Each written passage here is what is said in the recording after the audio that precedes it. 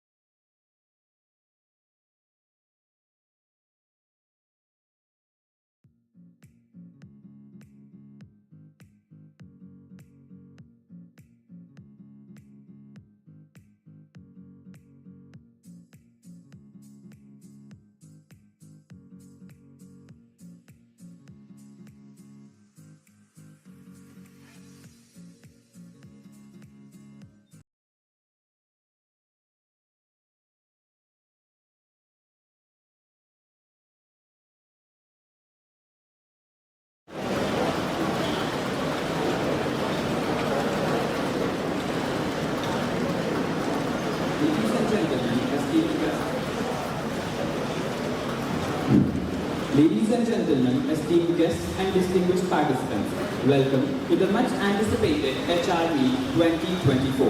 The theme for today's event is Bridging the Gap Between Academia and Industry, Preparing the Workforce of the Future. Let's deep dive in the ocean of knowledge through such eminent personalities.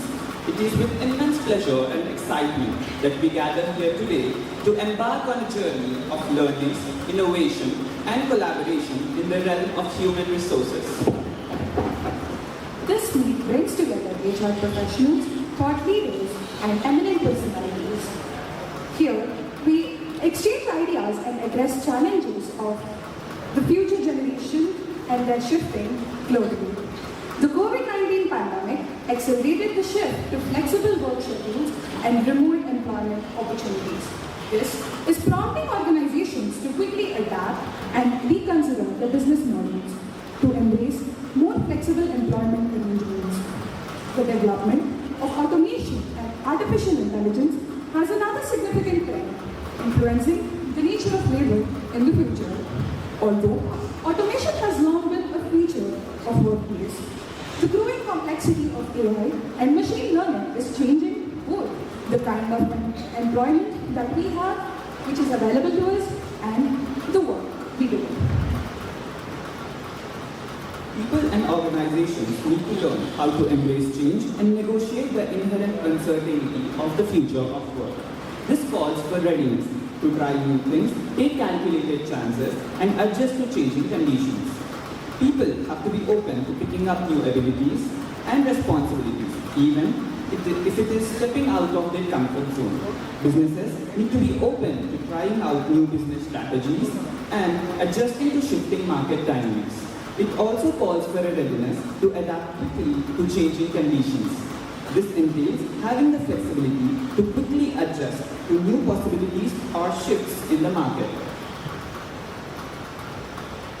Given how things are quickly changing, we here at GNI today are hosting the HR Meet so that our students can get the knowledge from these professionals in their respective fields and prepare for the uncertainty ahead of us. Looking forward to learning new aspects. We would also thank ICT Academy help us conceptualize such a high-profile HR Meet.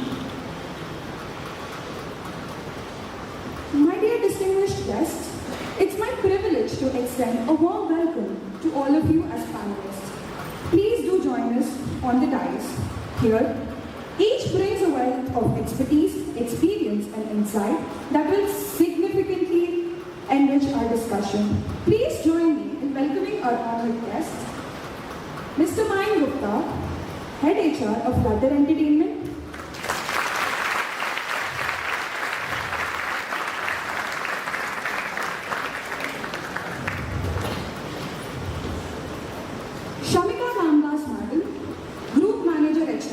of Tech Mahindra,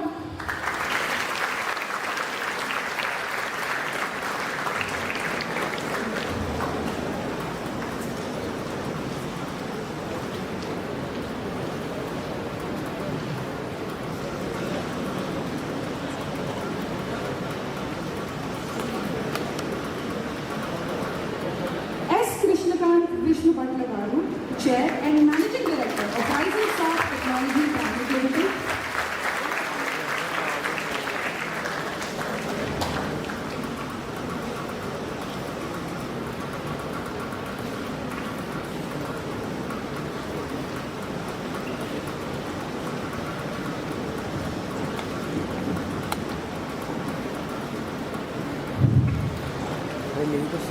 Swati Bhagavatula Madam, Founder and Managing Director of Finco Labs Private Limited,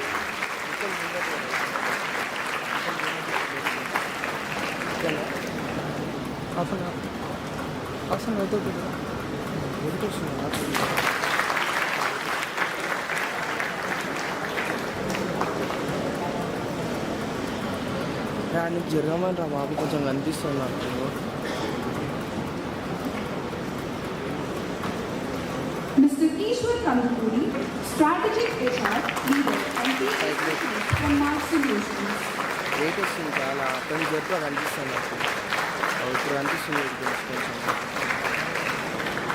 పైకి లేపు పైకి లేపు పైకి లేపు పైకి లేపు పైకి లేపు సరిపోతుంది జూమ్ ఒకటి మొత్తం So please give our dear panelists a huge round of applause.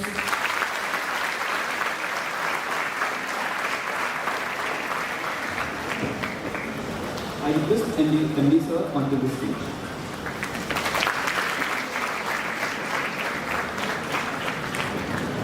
So huge round of applause to Dr. H.S. Seri, Managing Director and Vice Chancellor PMU.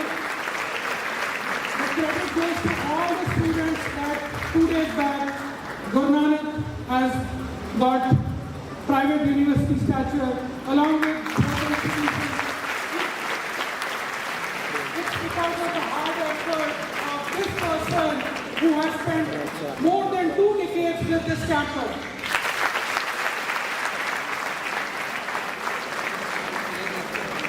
So thank you to all of you for taking out your valuable time and coming down to GNI.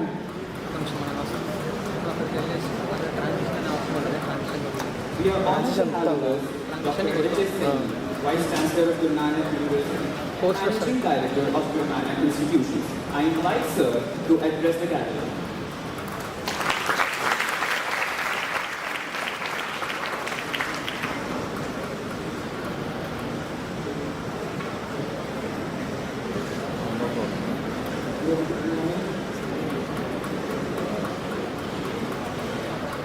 On behalf of the Guru Nanak Group of Institutions, it's a privilege to welcome Shri Mai Gupta, Head HR Club Entertainment,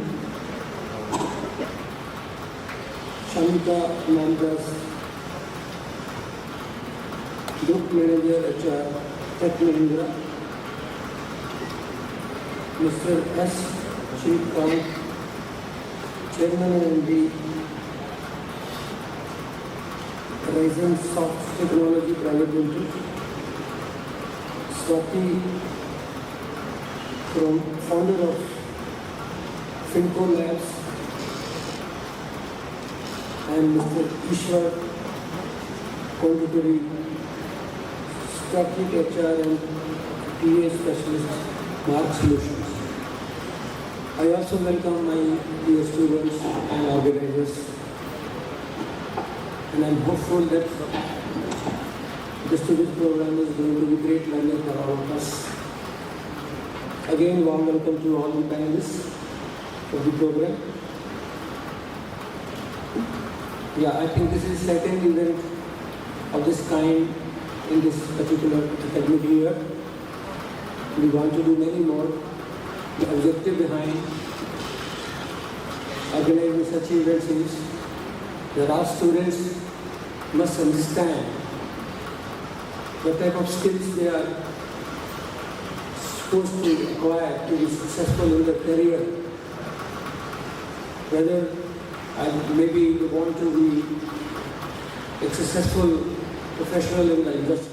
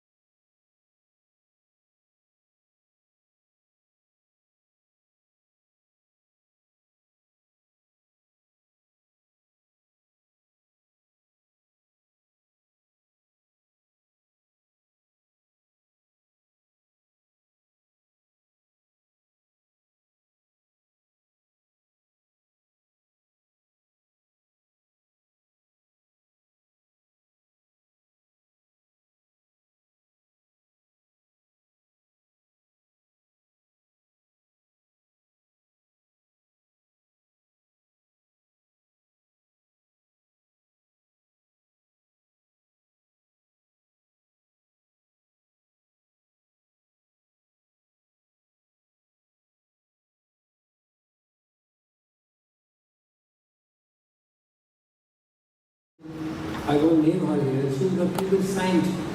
The first job was in science, and still she is for the last 20 years in science. And rising step by step in that company. We understand that acquiring more and more skills is important. Knowledge is continuously changing. Technology is rapidly changing in every field. Maybe the vehicles, look at the cars. Now we are having EVs, and now we have vehicles, hydrogen-operated vehicles, or any other fuels. Similarly, engines will change. Similarly, designs of the cars will change. Similarly, commercial vehicles are changing. Similarly, you see we are very good in space science.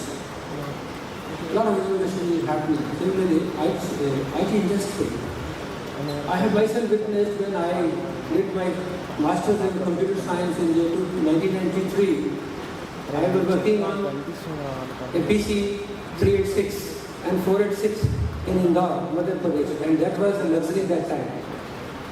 And you can't imagine that I worked on a PC with 256 MB RAM, and I did my master's in computer science. And during PhD I got a laptop. That too, it was funded by the government. Otherwise, it was costing 1,25,000 rupees. I've seen the rapid changes in IT industry. Huge change. Like internet itself is a civilization, a new civilization, a new jargon of technologies. Similarly, on the hardware side, a lot of revolution is taking place. Yet to see witness the new revolution in hardware. A lot of other technologies, the optical fiber, blah blah. And professionals are always in demand. In energy sector, you will see for the traditional source of energy, the petroleum, etc. We are now in renewable energy. And a lot of people are required there. It is for you to acquire the new skills. Listen the dignitaries on the dais. They will really enlighten your path. They will really make you aware of what is required, in which area you should study and develop your skills so that you are successful. In the Guru Nanak University, from day one, our curriculum will be embedding various skills. Every year we will benchmark what are the skills our students are able to acquire. Whether they are good communicators, whether they are good programmers, or coders, whether they know how to make a brick in civil engineering. In the business side, what are the skills? They are good in business communication and writing skills, etc.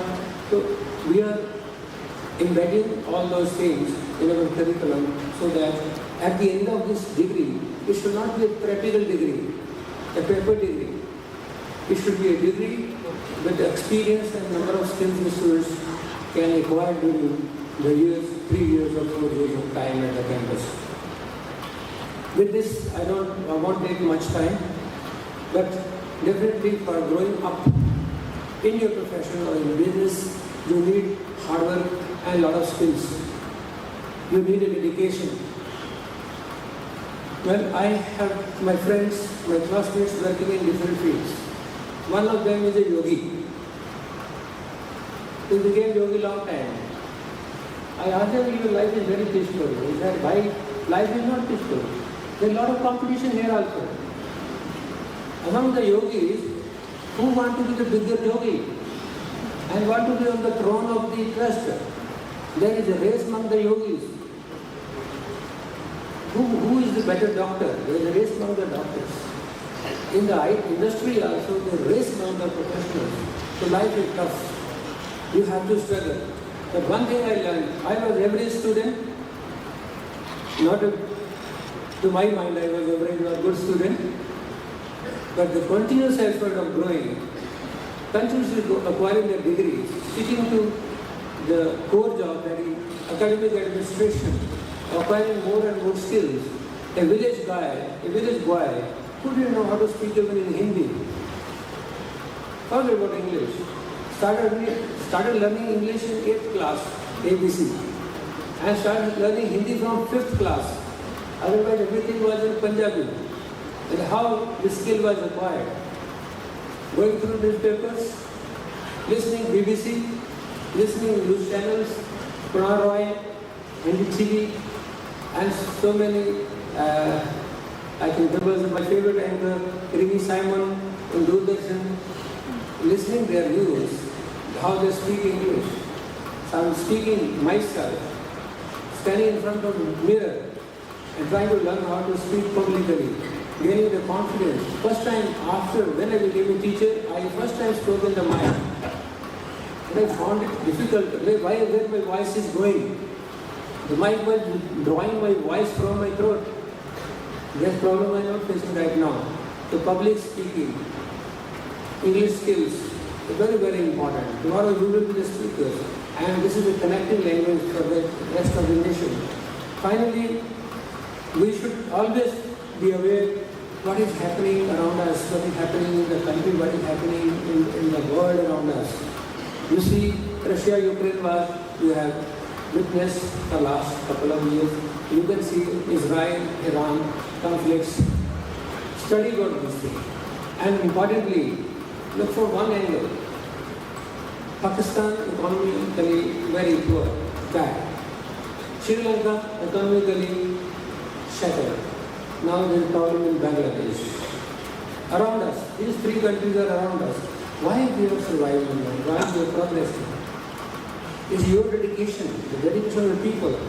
We know what is coexistence. We are living together. All the communities are happily living together. The coexistence is very, very important. The fabric of Indian community living. Being an Indian is very, very important. All of us must understand anything if we do not, we go away from being Indian, if we forget this particular spirit of India, what is going to happen? You can look at Afghanistan. Problems are there all around us. And we are surviving, we are progressing. And you are the leader, you are the future people. So you have to ensure that always keep working hard, maintain the harmony, keep progressing, and ensure and make the coexistence a formula of living in India. With this, I extend you all the best wishes from my side. I wish this program to be a grand success. Thank you very much.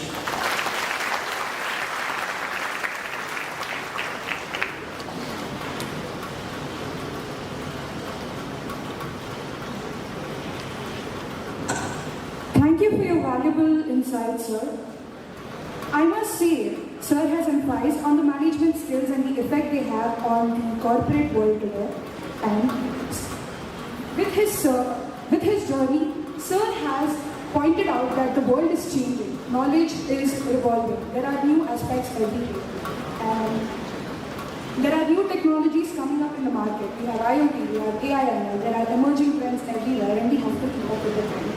And what I liked the most in Sir's address is how he emphasized that when you come out of your college, it is not just the degree which you need to come out with. It is that you must understand the importance of your business skills.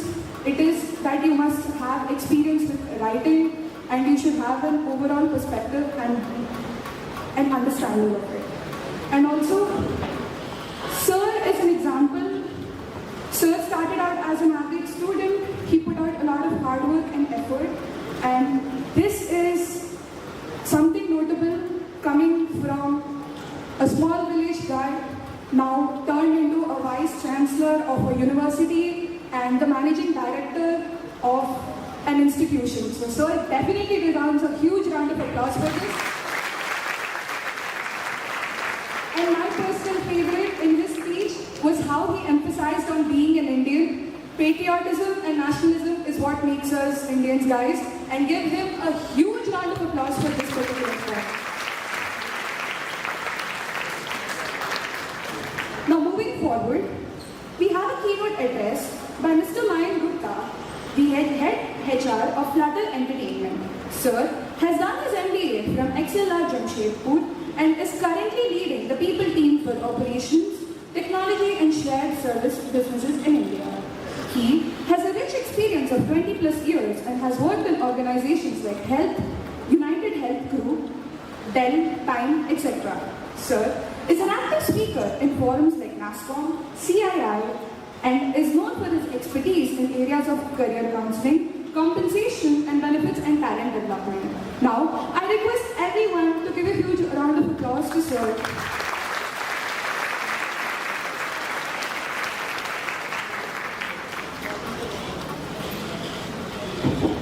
Very good morning, everyone.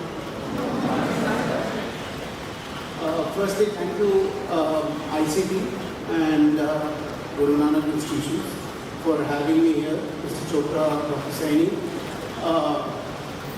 So I have a good news and a bad news. Which one would you like to hear first? Wow, you love bad news so much. No wonder that's the one which sells the most. Okay, so on popular demand, bad news for you, good news for me, is that I have 120 slides to be presented. Right? That make my life easy, right? I don't need to remember or anything of that sort, right? But hey, I'm kidding. No 120 slides. But let me come to good news for you, right? And bad news for me. So good news is that I've been given only 20 minutes to talk, not more than that. I've been told very categorically, sir, you have only 20 minutes, right? So you're safe, right? But bad news for me because you give mic in the hands of HR and ask him to restrict to 20 minutes, that's a very, very tough job, believe me, right? Because typically HR professionals get free audience and they think it is because people love their wisdom, people love to hear their thoughts, etc. That's not the case. There are other reasons, right? But nevertheless, So talking about the yogi reference which Dr. Saini gave, right? I got reminded of this joke which has been circulated on WhatsApp a lot, right? So there was this interesting research done between the marks students scored in the school, in their school life, and what they end up doing, right? So the students who scored around 80% to 90%, they ended up becoming engineers and they started getting employed as engineers, earning around 30,000, 40,000 per month.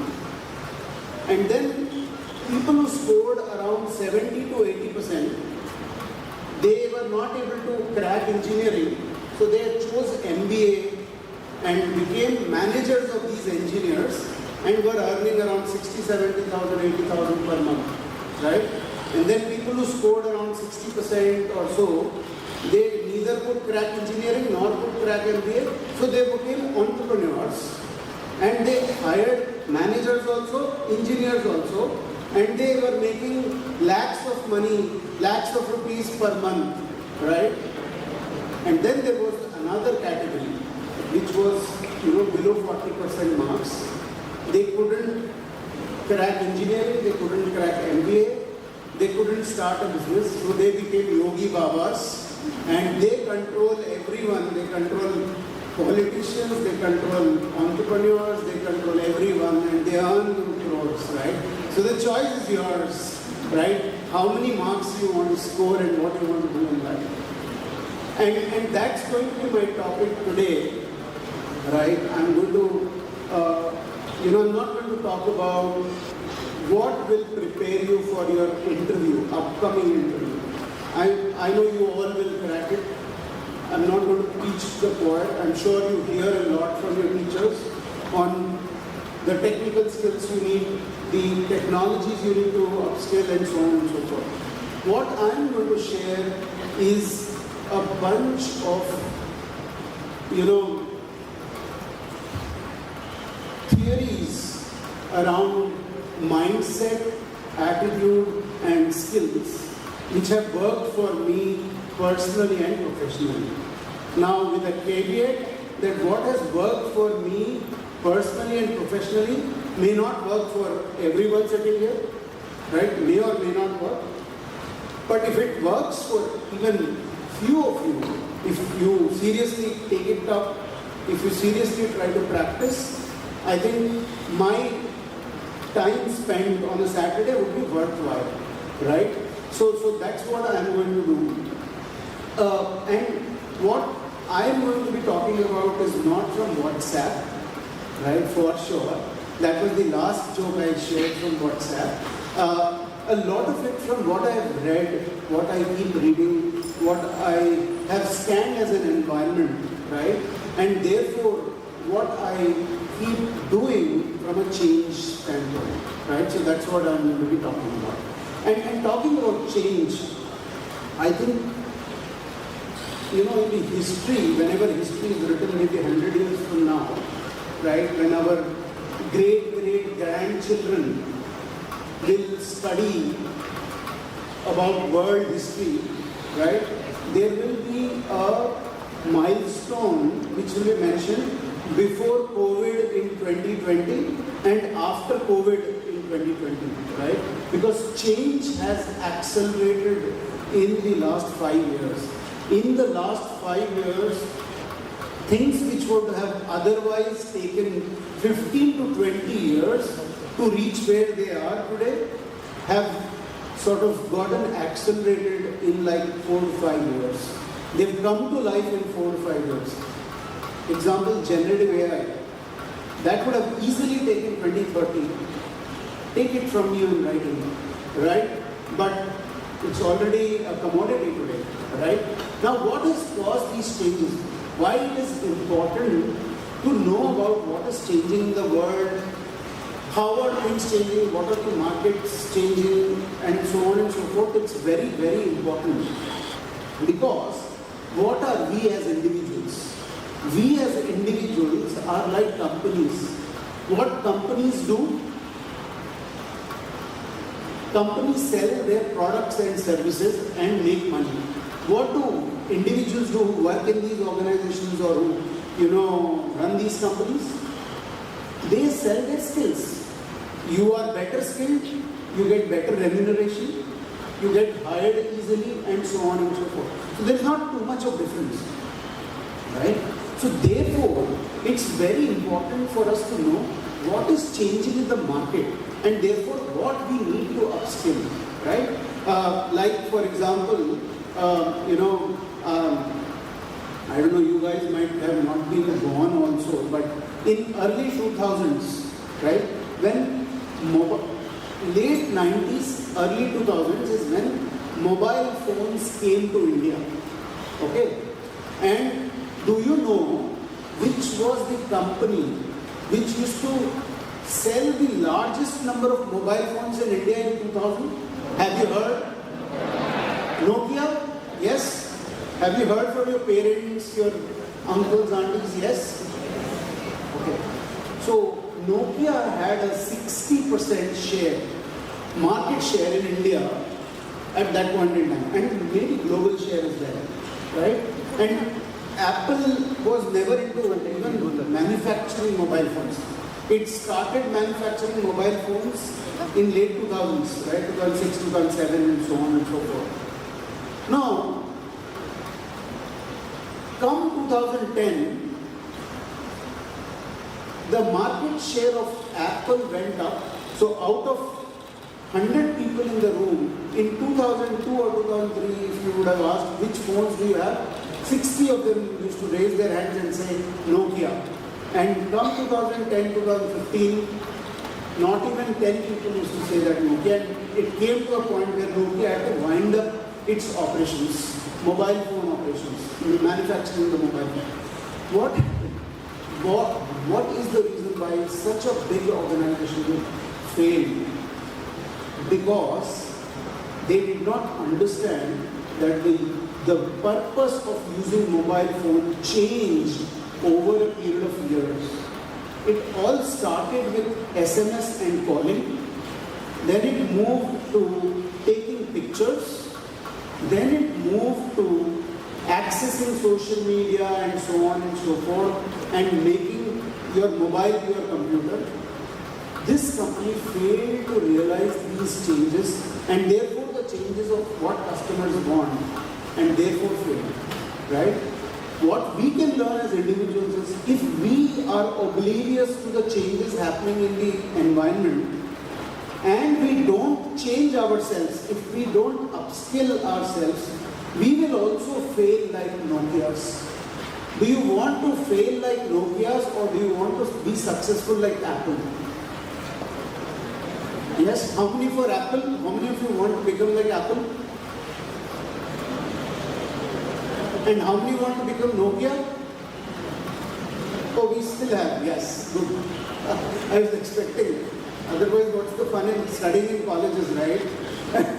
Okay, yes. So therefore, what I'm going to tell you is what are the changes from my experiences and therefore what are the skills which need to be upskilled, right? So for example, the biggest changes which have been driven by the social, geopolitical or technology advancements or even environmental changes have been, so let's start with technological advances. Technology is a boon and a bane at the same time, right? It depends on how we use.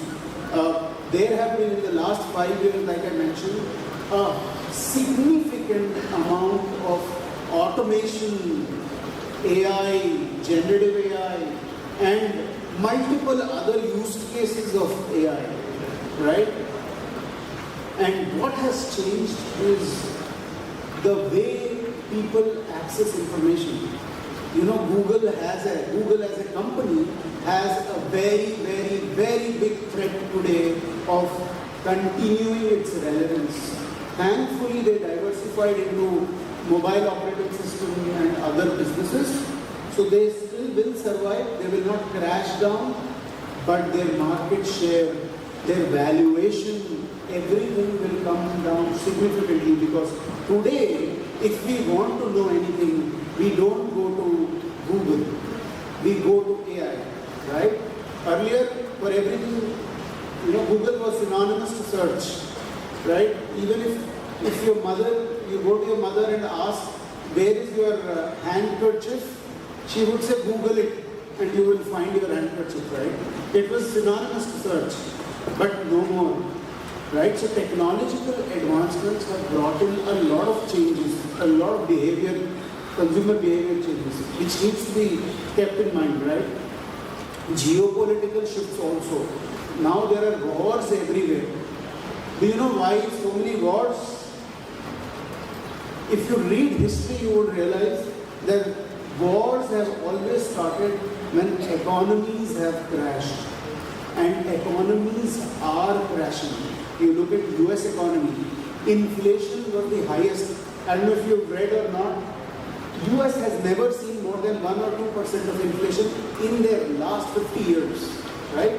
But in the last 2 years, their inflation went to as high as 7%, closer to what we are used to, right? So US economy, China also became stagnant. European economy is crashing down because they have a different problem.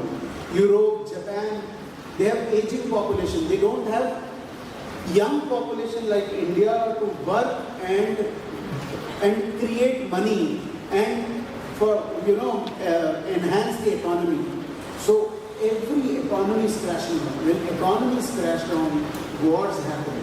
And when wars happen, there is a lot of uncertainty in the environment. So therefore, what can we do to prepare for this? And that is what I'm going to tell you, maybe in the next 5 minutes or so, that not just what, but also how can we cope up to these changes, right? Similarly, climate changes. I think what the world has seen this year is significantly different from what it was till last year. The hottest weather every country has witnessed, whether it is US, Europe. Indians are used to those extreme weather, so we did not really find it difficult.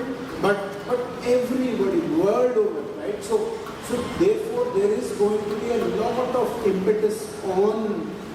I have recently completed a course on ESG, right? Environment, sustainability, and governance. Because that is going to be in demand. Climate is going to become one important anchor in all business conversations. Already in 50% of conversations, these, the climate talk, the ESG, comes up. But 2 years from now, it's going to be in every conversation. Most of the business decisions, right? Mental health has become a very, very significant one because there is so much of habits which have gotten generated of, accessing social media, not having enough sleep, dietary habits, and so on and so forth, right? So mental health has become another big issue in the world. So these changes, if you sort of sum it up, a new term has been coined for most of these changes in the last 5 years, right? And that is called Bani. What is Bani? We will come to Bani. But changes have always been there, and especially last 20-25 years, a lot of changes have happened, especially after internet becoming a public commodity, after automation, technology advancement, changes have become a very, very usual complex or usual phenomenon. And therefore a term was coined as VUCA. VUCA is volatile, uncertain, complex and ambiguous. That was the environment in the last 20 years. That was from 2000 to 2020. But from 2020 to 2025, the environment is VUCA to the power of 100. And that is what is Bani. What is Bani? Bani is brittle, anxious, non-linear and incomprehensible. Right? Now, what do you mean by brittle? Basically, brittle is when systems keep coming down in no time. You build a solid foundation and it crashes overnight, right? You build a solid business and overnight it is disappearing. Now that is brittle. If you look at the literature, you would see the average shelf life of Fortune 500 companies in 1960 was around 50 years or 60 years, right? And in the last maybe 20 years or so, or maybe currently, the average shelf life of Fortune 500 has come down to 12 years, 10 to 12 years, because companies are not existing at the top for a very, very long time. The market environment, the consumer behavior, everything is changing so dynamically, right? So therefore, what do we do? What I am going to tell you to handle each of these is two things which matter the most. If you pick up any successful person across the world, can you give me some names of people who have been very successful or companies who have been successful and have been successful for 50 years, 40 years? Similarly, people, individuals, human beings who have been successful and have maintained that success for 50 years, 60 years. Can you tell me some names? Sorry? Tata, yes. What else? Mahindra, Reliance. These are companies, right? These have been successful for many, many years. What about individuals, people? Amitabh Bachchan, Sachin Tendulkar, right? Rajnikant, Chiranjeevi, yeah? Film personalities, political leaders, right? Now they have been successful for so many years. You know what is the difference between them and others who come, be successful and come down? You know what is the difference? Not even consistency. At a macro level, the difference is mindset. Mindset of responding to things, responding to situations. they have got a very different mindset when compared to the regular people. So what I am going to tell you is what mindset you need to develop to handle each of these complexities. For example, brittle. Brittle is things are changing in no time. You put a solid foundation, it collapses. You study something, for example, I know C++ was there for at least 30 years in relevance. But today's technologies, they come, they go, right? So, the mindset you need to develop, right, for managing brittle is the agile mindset. Agile is just, sort of being quickly moving from this to this, right? For example, Amitabh Bachchan, if you look at his history, he flopped, he was successful in movies, he started flopping, movies started flopping, he quickly moved to TV. Then he became successful in TV. Then he started getting offers in the movies, he quickly moved to movies. So be agile, keep responding to changes just like that. And the skill set which you need to develop is change management skills. Now, change management skills is a motherhood term, but if I want to explain using an example, do you know Japan, Philippines, Indonesia, what is common in these countries? One common technology? Indonesia, no. Philippines, no. Disaster management. Thank you. What's your name? Nitya, thank you very much. Apart from being Asian countries, one common trait is there are disasters, there are earthquakes every month, every day, every week. Right? So they have earthquake resistant buildings. You know what do you mean by earthquake resistant buildings? When there is tectonic shift in the earth, do you think they stand firm and they are very strong, they are able to manage the tectonic shift? No. Earthquake resistant buildings they have ability to move with the tectonic shift. So earth moves here, right? And I'm being dramatic in this, earth actually doesn't move so much in earthquake, it just shifts little. So the buildings have the ability to shift along with that tectonic shift, right? And that is what is the mindset we need to develop as individuals. How can we change with the change? Instead of change is always uncomfortable and it's like bad news, right? You will never like it, but you have to start appreciating, start loving change, start seeing change as opportunity rather than threat. That mindset when you develop, you see how successful you are, right? In Bani, first is brittle, second is anxious, right? What is anxious? Anxious is there is so much of uncertainty, right? We don't know what is going to happen. We don't know placements are going to happen or not. We are going to be placed or not. We don't know today we have jobs, tomorrow we will have those jobs or not, and so on and so forth. Now, how to deal with so much of uncertainty? There has to be some stability in life, right? But how do we deal with that amount of uncertainty, right? What is the mindset we need to build? The mindset we need to build is of resilience, right? What is resilience? Resilience is the ability to fail and not just give up, but fail and bounce back. And not just bounce back, but bounce forward, right? For example, recent example of Manu Bhagat. Manu Bhagat failed miserably in Tokyo Olympics, right? She came 12th, and not because of her mistake. Her gun developed a technical issue. That was not her mistake. But what she could have done, she could have given up, right? She was a kid. She was 19 years old when Tokyo Olympics happened. She could have given up. A 19-year-old, how much of resilience would the person have? She could have given up, right? But what she did, she took it as a challenge. She won 2 Olympic medals, 1 Olympics. That's a history in India, right? So that's the mindset to deal with anxiousness, right?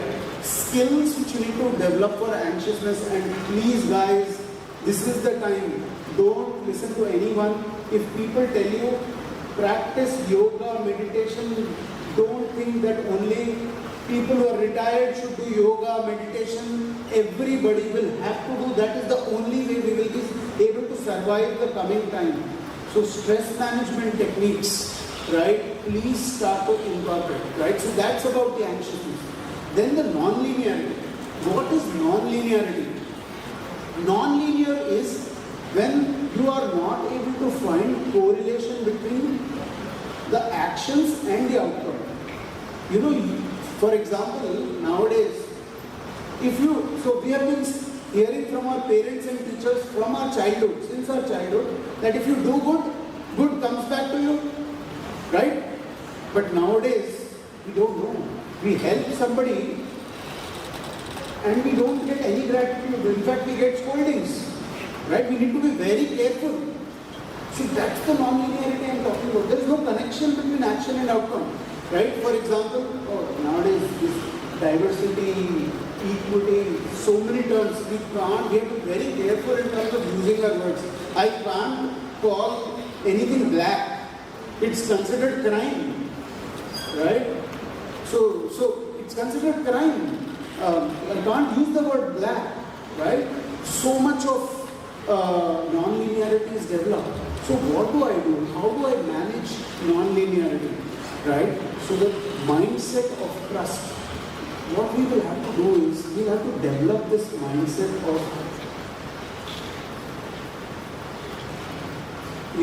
positive intent. That don't doubt. Today everybody is doubting everyone. Do not doubt your friends, your family members, your teachers, right? Start on trust. Start believing them that they will do it with good intent. Then only you will be able to manage this non-linearity, right? The skills you need to develop to manage this non-linearity is system thinking. System thinking is sort of building correlation between the various layers of a complex system, right? And then finally, incomprehensible. Things have become so incomprehensible today, they're so hard to predict, right? For example, TCS in 2020, they announced that the world will become remote.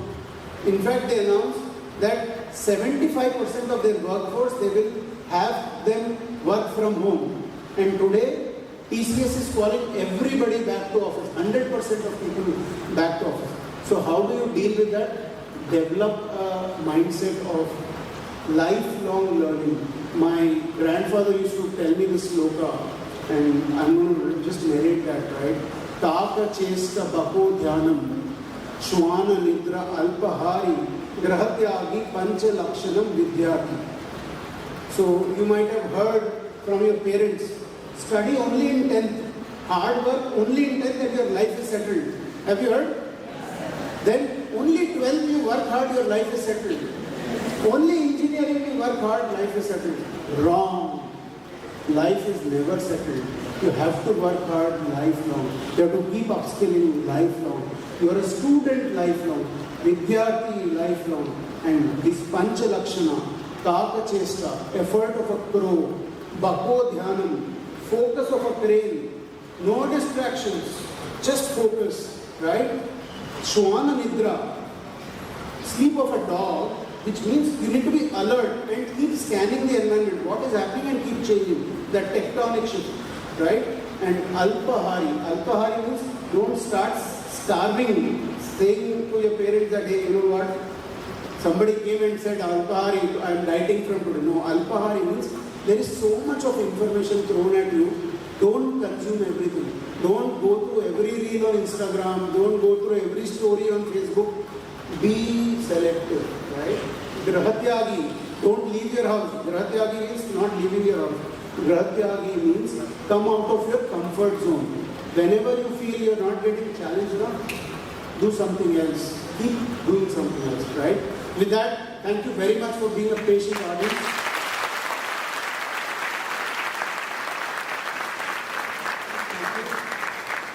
My only parting advice is have fun. Don't stop having fun. I love those folks who said they want to become Nokia. All the best, guys. Keep having fun. Be kind. Be kind to your parents. They have worked very, very hard, guys. Be kind to your teachers. Teacher's job is the most difficult job today, even difficult than engineer or a doctor. Handling kids like you is a hats off, you know. Be kind to your family, friends, neighbors, and lastly, be kind to your bosses when you join the industry. Being a boss also is becoming difficult nowadays. Alright, thank you guys.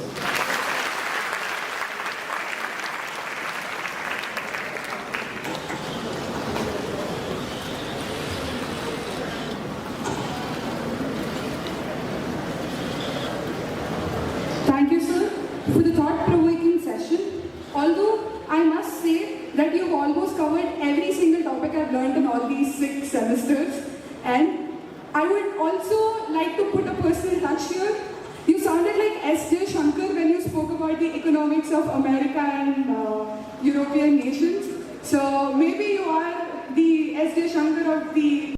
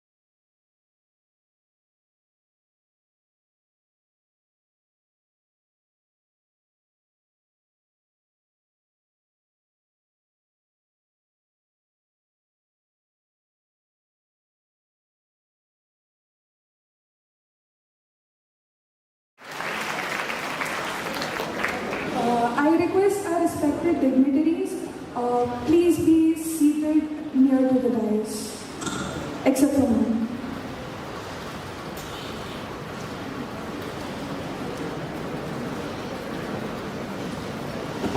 We welcome Shamika Namdas Madam, Group Manager HR at Tech Mahindra, who will speak on growth mindset.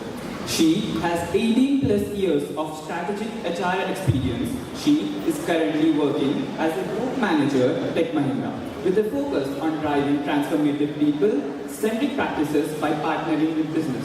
She played a key role in designing organization-wide programs focused on HR processes, had implemented diversity and exclusivity charter and contributed towards mergers and acquisitions. She has been a principal consultant for IT startups and has designed and built the HR framework for the organizations. She holds an MBA in HR, a master's in psychology, and is certified on generative AI in HR. So give a big round of applause for Madam.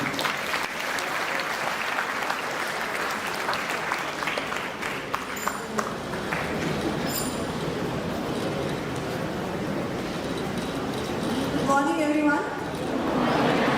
Still 20 minutes for the afternoon, right? Great. So it's great. It's a great honor. Thanks ICT and the Nanak institutions for having me here. And so when Sir started with Sir started with a good news or a bad news. Okay, you still have a good news on. Okay? I do have a slide there, but that's just about 8 slides. Okay? Alright, so just taking a little cue from the right.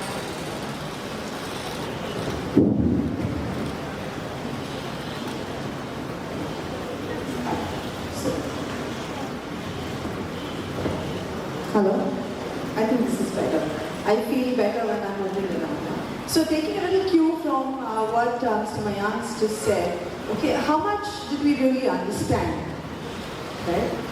So all that we heard for the last 20 minutes, what does it focus on? Okay? It's about being relevant, right? How much relevant are you today in whatever space you are in, right? He also spoke about the mindset with which we need to, whether it is you are in your academic institutions, whether you go into your organizations from here on, okay, what is really the mindset that you need to acquire, right? And I think these are very, very subtle but very important aspects of your life. While we are in the entire radar of, right from morning until evening, to know what we are doing, how we are going to, complete our tasks, to complete our assignments, all of that is happening. But in doing so, what is the mindset that you possess? How are you looking at everything that comes your way, whether it's a problem, whether it's a situation, whether it is your personal situations, how do you look at it, right? So just setting that background, is the slide visible? Do you need this to be a little more darker here? Yeah? You need this to be darker or is it visible? Visible? At the end? Okay, great. So, why am I going to focus on growth mindset? Okay, the entire aspect of growth mindset. Okay, we'll deep dive into what growth mindset is all about.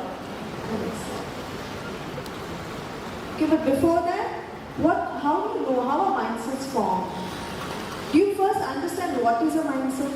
Anybody? I'm going to make it very interactive, okay? It's not going to be a lecture at all, because I know you guys keep attending lectures for more than half an hour, 45 minutes. So it's not going to be a lecture, I'm going to keep it interactive. So what do we understand by mindsets? Perspective, okay? Sorry? Situation, okay? So when are these mindsets built? When do you think you build a mindset? Growing up. Correct? Very nicely said. Yes, growing up. When you start understanding this, fair enough.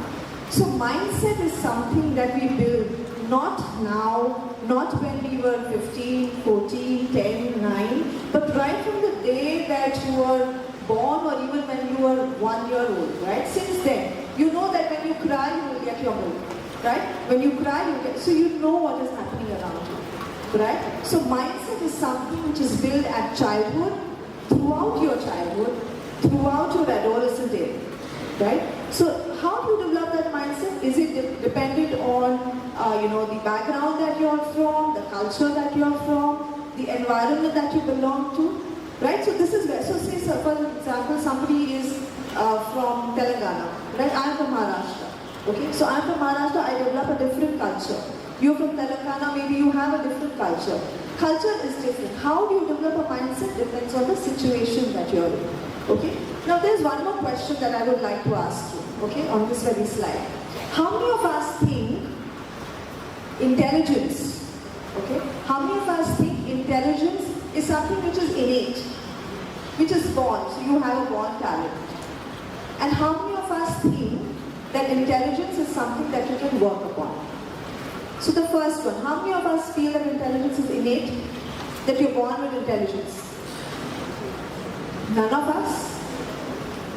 Okay, we have one person. Doesn't mean always the B answer is right, okay? The A's are also right. Alright, so great. So that's one. And how many of us feel that you can build on your intelligence? Yeah? We can build on intelligence? Really?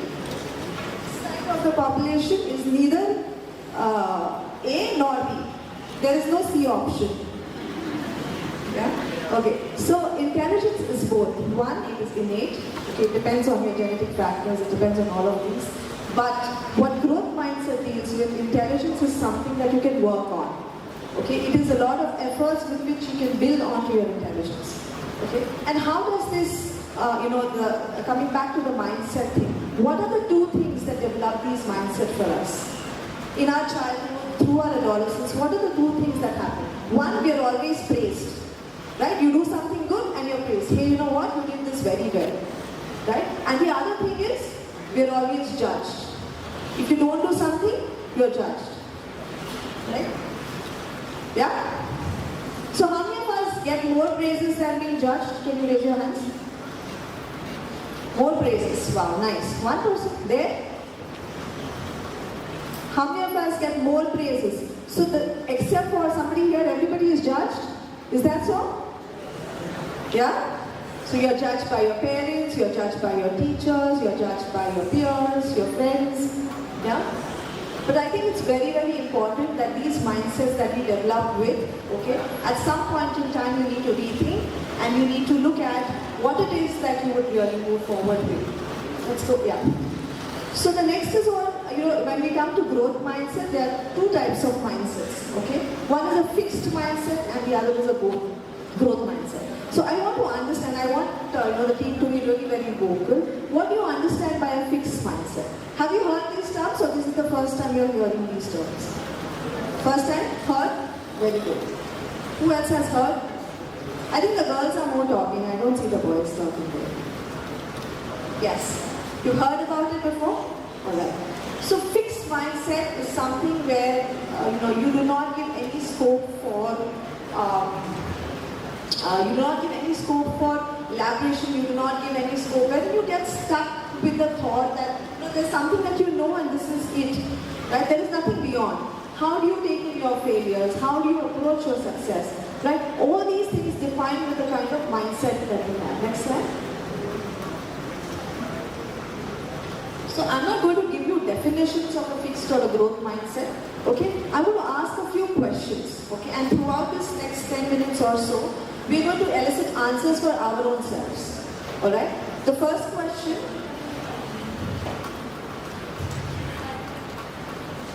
So how do you react when you encounter a problem?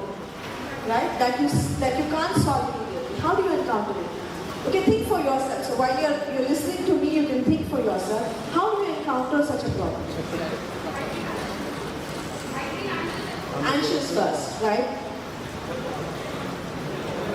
Open, yeah? You talk to someone about it, right? Sorry? Stop solving it. Very good. What else? Look for options. Great. Alright, so this is exactly what is going to determine and help you understand whether you are having a fixed mindset or whether you have a growth mindset. Right? So today when I ask this question, do you approach this problem saying, you know what, this is not something I can do. This is not my cup of tea. Right? I've never done this before, so I don't know how I'm going to do it. And this is exactly a fixed mindset. Okay? Versus, what will a person with growth mindset say? Hey, you know what? This looks like an opportunity for me. Okay? I will look at it, how I can learn more from it. Let me see how I can solve it. If I'm stuck somewhere, let me see how I can take the guidance from people around who know it better. Or maybe research. Right? So this is exactly where you can, for your own self, while we are going through the session, can analyze yourself by the way, which bucket do you fix in? And then we will move to see whether which bucket you need to move to, right? Next question. When you receive feedback or criticism, what's your initial reaction? So somebody say, for example, you have coded a program, okay, in maybe your class, or there's been an assignment and you've coded a program. Okay, your professor comes and tells you, well, you've done a good job, but maybe this would have been better. Right? Or somebody says, so this is Professor 1. Professor 2 comes and says, you know what, this is definitely not in accordance with what I expected you to deliver. Right? So how do you take this feedback? I want both answers. How do you take this feedback? Just what, if you were in that scenario, you had coded a particular thing and your professor came and said it did not really work well. I'm not like the code. How will you give this feedback? How will you take this feedback? From his perspective, okay? What else? As a challenge. As a challenge, okay? What else? What else? How would you take that feedback? Would you really, go back in the shell saying, you know what, I did my best, right? I did my best, this is what I've been taught, and therefore I have done this exactly the way I have been taught, ditto the way I have been taught. And my professor has not liked whatever I've done. It's okay, that's his problem. I will continue to do how I have done. This is a fixed mindset. Okay? Sorry? Absolutely. So something just said, right? Take it as a challenge, right? Or look at it from how am I going to improve on this? Right? What is it that the professor is telling me to work on? Will I have a further conversation with the professor to understand what is it in this code that he's not okay with? Right? That is a growth mindset. Are you getting the difference? Are you all with me? I need a big yes. Otherwise, great. So next question. How do you view your effort in achieving success? How do you measure effort? So how do you say for example, somebody with a fixed mindset, okay, will say that, if it doesn't come naturally to me, I'm not going to do it. Okay, I'm an engineer, I know how to code, I know how to test. If this does not come naturally to me, I'm not going to work on it. Right? Whereas a growth mindset is somebody who will definitely take it as more of a challenge. Okay? Who will ensure that the effort is aligned to what is expected in the outcome, not what he or she feels about the particular challenge. Right? Next question. How do you feel about making mistakes? This is easy. How do you take mistakes?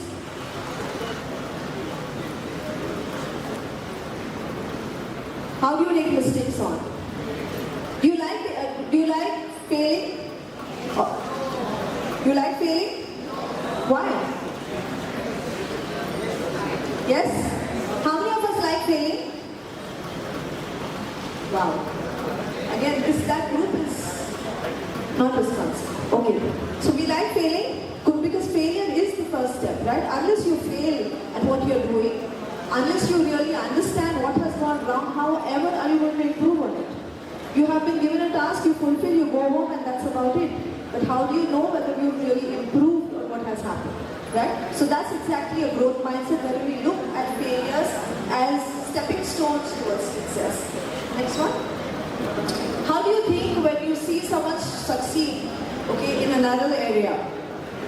Okay, how do you think, what do you think when you see someone succeed in another area? How do you take it? Say for example, your friend has succeeded, has done very well in a subject, right? Vis-a-vis you not being able to cope up with it. How do you look at it?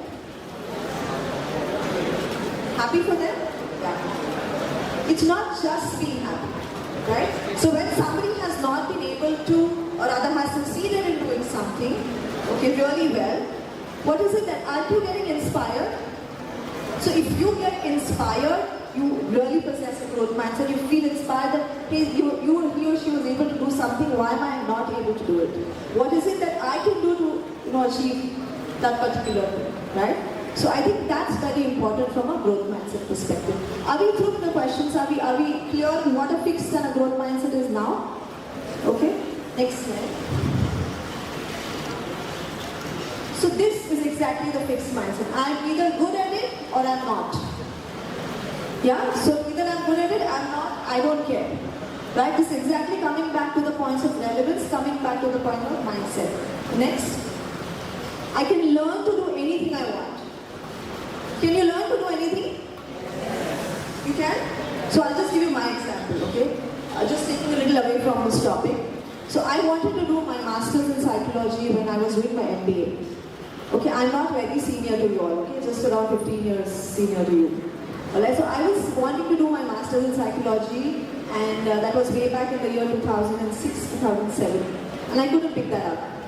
Because I got into the corporate, got married, had a kid, all of that happened.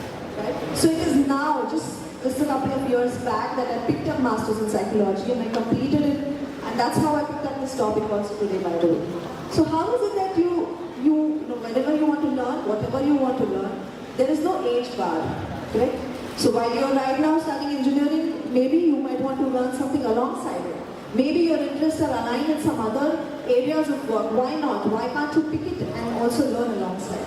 Because let me tell you something like Mr. Mayank also said, that being relevant, when you be relevant, you need to be sure that you have multiple skills together. It's very, very important. Please do not stuck into the fact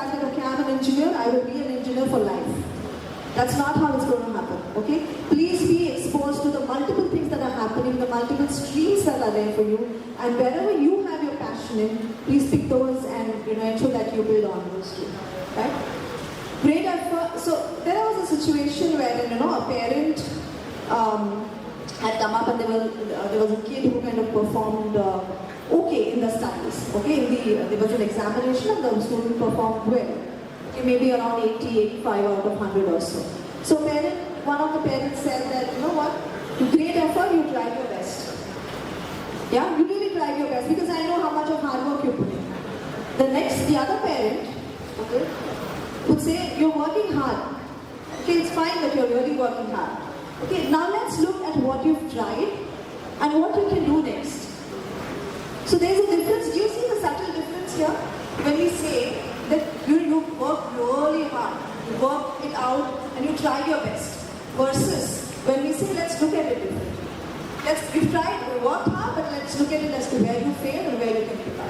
Well, this is exactly what you need to apply to not just your academics, to even your personal arenas, to your personal situations, to all the things that you come across day in and day out. Okay, so always, whenever you come across any situation, either with your parents, your friends, in college, anywhere, just see what kind of a mindset are you putting yourself into. Are you into a fixed thing? Are you into a growth mindset? Okay, because growth mindset is something which will take you places and you will see for yourself how you envisage the whole thing for your own personality. Next slide. So can mindsets be changed? Yes? Wow. Feels like I've delivered something better. Alright, great. Yes, they can definitely be changed. And how do you look at that? How do you change from a fixed into a growth? So now that we've known what is a fixed and what is a growth, how do you change into a growth mindset? Can one of you all give me an answer? How can you change into a growth mindset? What do you need to do? Sorry? Practice? Acceptance. Very good. Okay. What else? Sorry? Educating yourself. So awareness about yourself, right? So I think yes, two major important points. One is acceptance of where you are, what you're doing. Okay, being self-aware of how you're placed, right? And the second aspect is how do you move from there? Right? So yes, mind change can definitely be changed, and you will see for yourself there are very few examples in the next slide, wherein next slide. So you know all these people, right? You know all these companies as well. So what have they done to achieve where they were, where they are? So Elon Musk, how many of us know Elon Musk? Wow. And why do we know him for? SpaceX. Tesla. What else? SpaceX. So have you ever imagined something like a private company going in space and wherein envisaging that all of us here, any one of us here can actually sit in a spaceship and be seeing the stars and the moon around? Yeah? So that's taking the risk. Okay, going beyond our own capabilities. Okay, let's not restrict ourselves to our own mindsets of very stern capabilities or the kind of potentials that you have. You know for sure right now I am good at this, I'm good at that. But have you even maybe self-reflected to find out what your potential or what your capabilities are? I think each one of you has done that, right? So companies like Microsoft have implemented something called as a growth mindset for their organization. In the year 2020, I think around 2019, 2020, is when Mr. Satya Nadella kind of announced it within the organization, and the whole organization went through cultural change as far as growth mindset is concerned. Right? So growth mindset is nothing that you just need to know at the academic level, but it is something that is beyond and it is implemented in the corporate organizations. Okay? The country in Dubai, by the way, the Dubai government, okay, is also developing on growth mindset, has come up with a lot of programs which emphasize on growth mindset. So it is not just restricted to individuals or companies, it has gone right up to the countries as well. Okay? So the last closing words. Committee, only 40% of people, this is a research done by Carol Dweck, In fact, she's the one who coined the term growth mindset way back in 1988. Okay, and she came up with the research. She's from Stanford University. She came up with the research saying that 40% of people have a growth mindset. So 60% don't. So you see the kind of scope you have to live in there. All of us, okay, carry a fixed mindset in some or the other situation. How do we convert that to a growth mindset? It's extremely critical. It's something that is very, very self-reflective. Okay, so it's not just an asset that you possess. It has now become the necessity. Okay, to be living in this body world. Okay, to be surviving and to be surviving successfully in this body world, you definitely need to have and to possess a growth mindset. Okay. So it just does not impact at your academics level. It helps you in your relationships. Okay, so today you're all singles, right? I don't think anybody's married here, right? Maybe you must be in relationships, maybe having girlfriends and boyfriends around.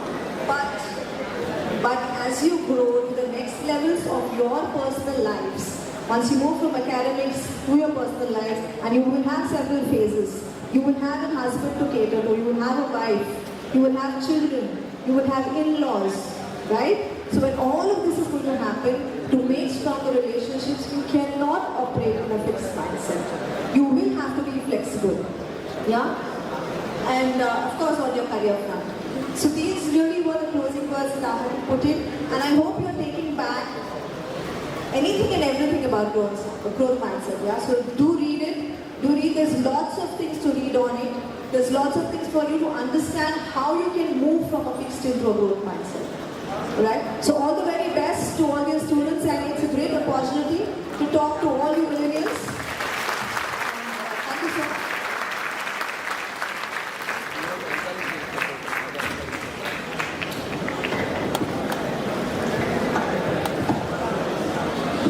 Thank you, ma'am, for that enriching session.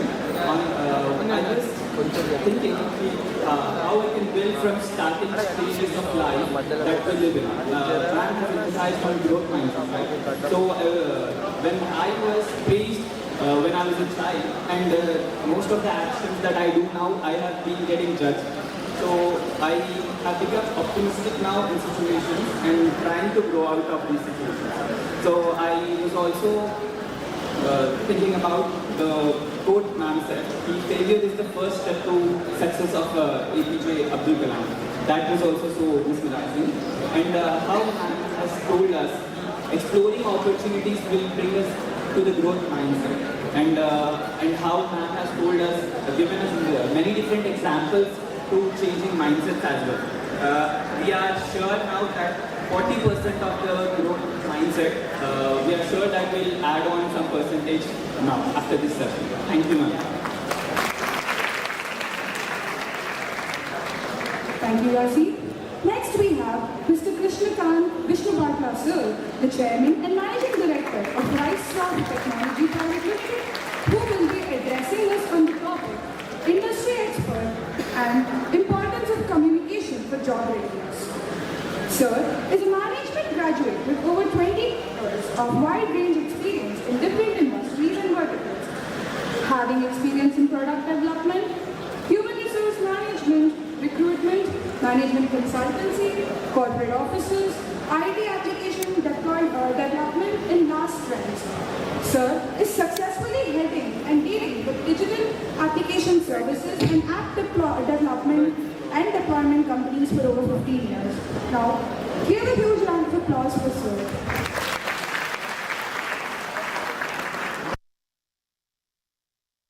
Thank you for giving the opportunity by ICT Academy and today meeting with Guru Nanak University students.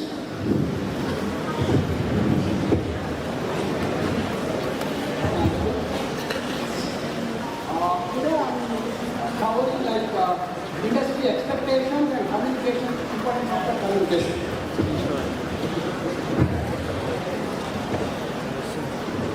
కొంచెం zooming అయ్యాక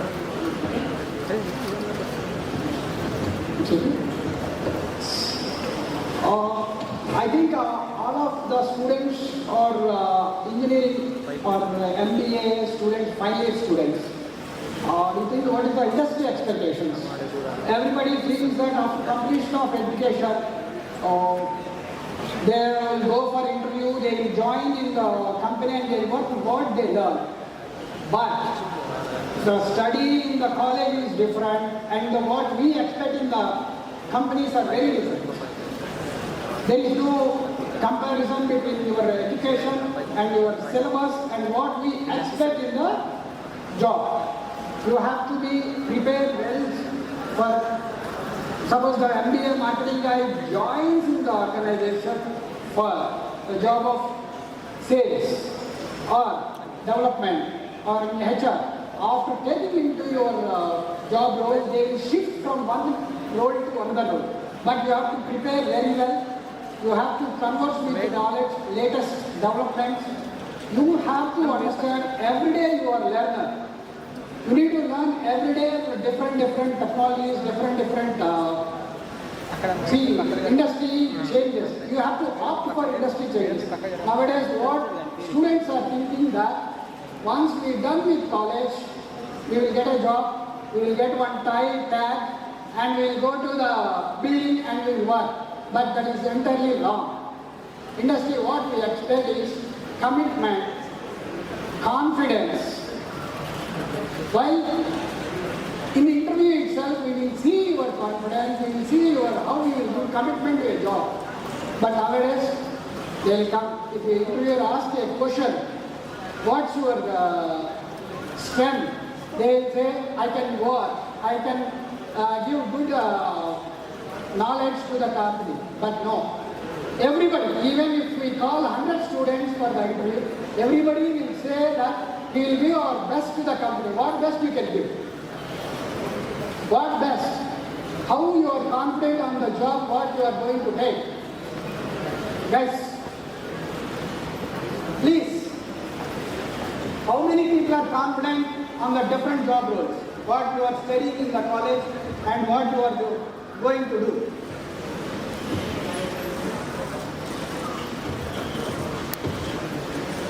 Nobody.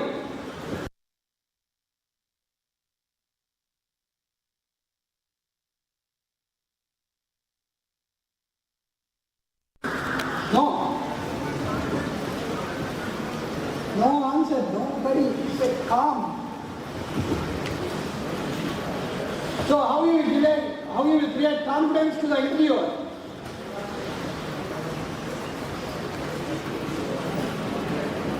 It's very strange. So you will expect your confidence, proactiveness. Industry expectation is that much only. But they will give training, they will give work training, they will give communication skills and everything training. But your confidence. See, every time in campus placements, out of 100 or 200 students, only 50 or 60 or 70, they are selecting for the jobs. Remaining people, where they are failing. What is the reason? But they are not understanding. Simply they will go to the friends or colleagues, they will say, I am not selected. So this HR is waste. This HR is not selecting anybody. The same words we are hearing from many students. But the reason for not selecting, the lack of confidence, lack of proactiveness in the students. But they will cover because they don't like to hear those things that your lack of the skills. Why these 60 students got selecting for the role and other 200 students are not selecting? What is the reason? Because there is a lack of communication, there is a lack of confidence, there is a lack of proactiveness. Somebody, see, while coming in the interview or while going to the job, the dressing, they go, they wear like torn jeans, newly is coming, that torn jeans or something. That they wear and go for the first day of the job joining. That is not right. There itself, your mentality, your mindset will identified by employer. It's a very, we are seeing, because while coming interview, torn jeans, T-shirts. No, that is not the right way. We just see the confidence, we just see the proactiveness, we just see communication. You should communicate very clear.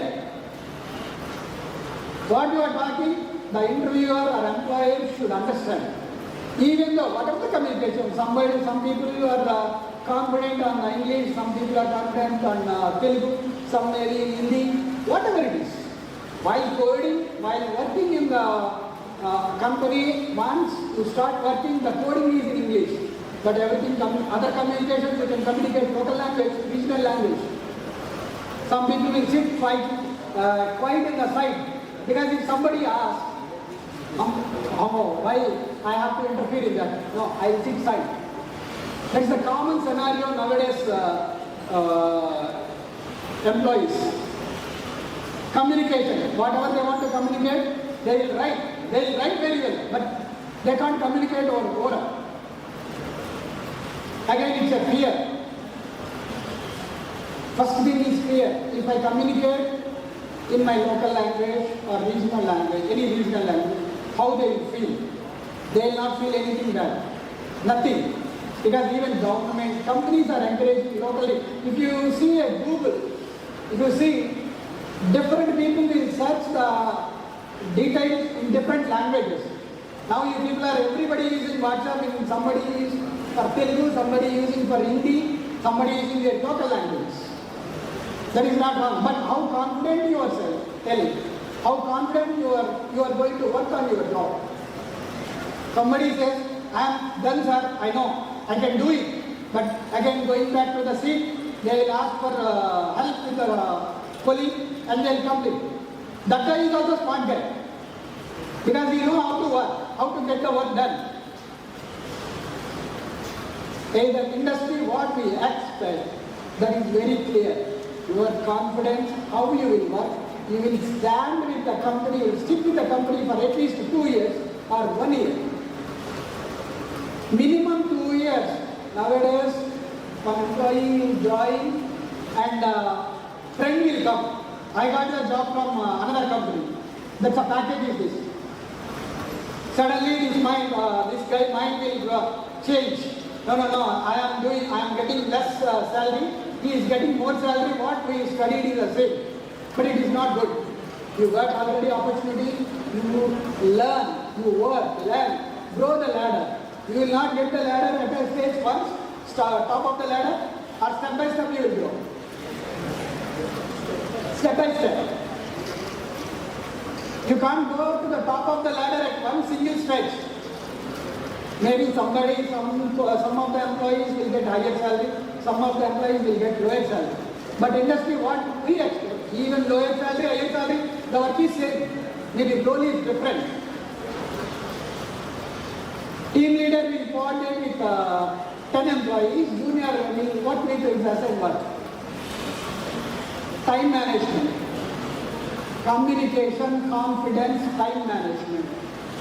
Everybody nowadays work allotted, they will do it for 2 hours, 3 hours, again mobile, Facebook, Twitter, Instagram. The most of the common things now we are hearing in the industry from the top management, the spending of the employees on the Facebook, Instagram, likes, dislikes, all and more. Total out of 8 working hours, they spend 5 to 6 hours on these social sites and 2 hours only on the work. That is what each and every, even bigger companies, Google, Microsoft, any company, they are now thinking how to change their mind. Madam told that mindset. They are not changing their mindset. Suppose one photo is uploaded in the Instagram, immediately their mind will disturb from the work to the Instagram. How many likes came? How many people like? How many share? That is what nowadays everywhere problem. They are not confident on their work, but they are confident on their Instagram, social media posts. They are not learning. Industry, we expect learn, everyday learning, because technologies are changing very fast. as such as AI, Google is down, AI is coming more in the human life. The AI is also developed by a human being, but it is occupying more into the life. AI is replacing employment. For that, employees are not ready to learn the latest skills. As I said, C++ is the basis for every technology. That's 30-40 years. It will go up to another 15-20 years also. But Java, if you see at a Java, changing from a lot. 97 what we did, and 2025 there is no link. It is changing a lot. But employees are not well versed with latest technologies. They are not ready. See, if you heard that company laid off 10,000, 15,000 people, 6,000 people, then what about remaining people? Because they are changing their mindset, to learn, update and learn their latest skills. Simply they will pick up in each division 2 or 3 people and they are laying off. They will observe how you are confident on the new technologies, how you are learning, whether after learning how you can work confidently. But that is not happening in your fresher cases. Freshers job came, that's all. They are not ready to learn. Communication is also very poor. Communication, they will not communicate properly. French students, they will communicate very well, but they will not communicate to the management, they will not communicate to the manager right way. If he says something, return will hear by the manager something. No straight answer. Somebody says, if you ask one address area, one person will go straight. Another person will go through multiple routes. Like that, but the people who go for the multiple routes to reach the area, he will get succeed. Straight road, straight person, he will go only on this road, on this way, I know, only this road. He will not get succeed. Because he will stick with that. He is not ready to learn, he is not ready to understand, he is not ready to change his mind. If we call for interview for 100 candidates, nowadays even 2-3 people also selecting, it is very difficult for us. Because freshers and college outing students are not ready to learn or mix with the latest industry trends.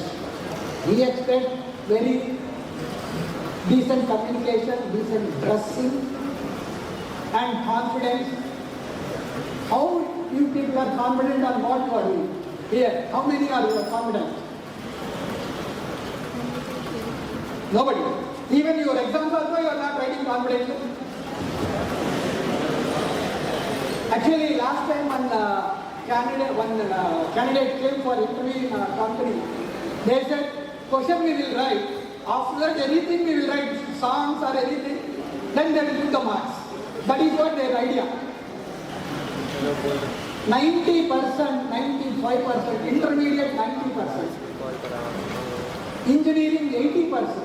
But why this 80 to 90 gap? Here 90 only college, morning 6 to 8 college and coming home and relaxing or studying. But coming to engineering, many things will come in mind. Many things, movies, friends, outing. So this education will come down 10%, 15%. Even 90% student will not have that much knowledge. But 60-70% people will get the knowledge. There is a lot of difference. So bookish knowledge, only 90% students they will mug up and they will write. Industry will select earlier. Engineering students got multiple placements. Now BSc, MSc students are getting multiple placements. What is the reason?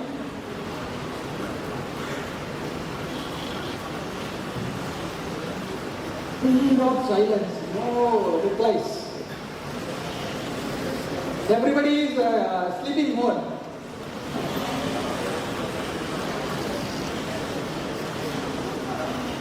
It's true because in my company, one candidate came and she told that I'll write question 5 times and after that I written song, then they'll put 60 marks.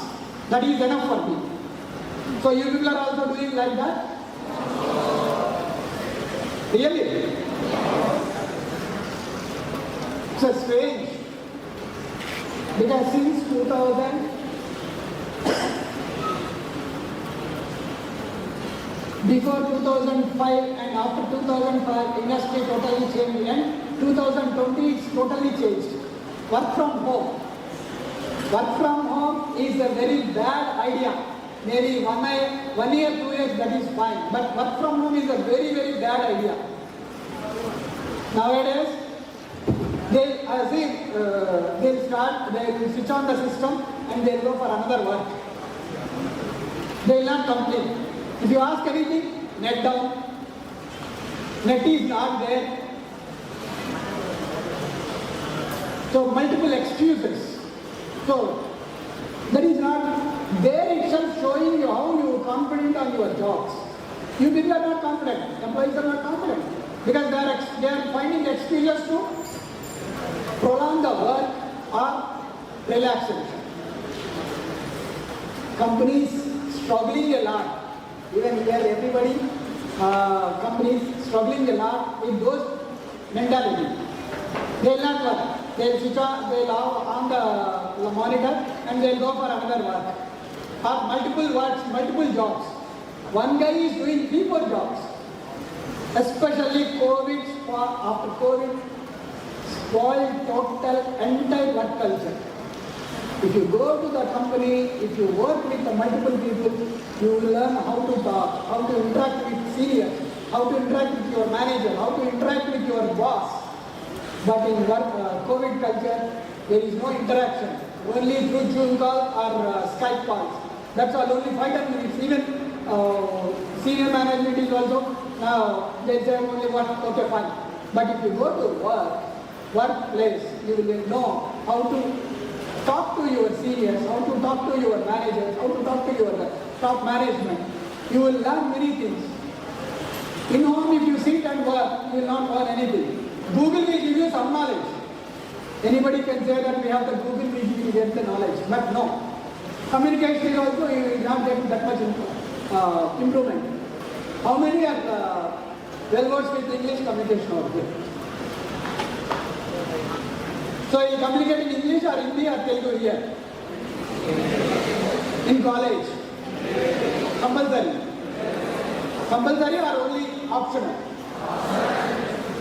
So obviously we will go for Telugu only.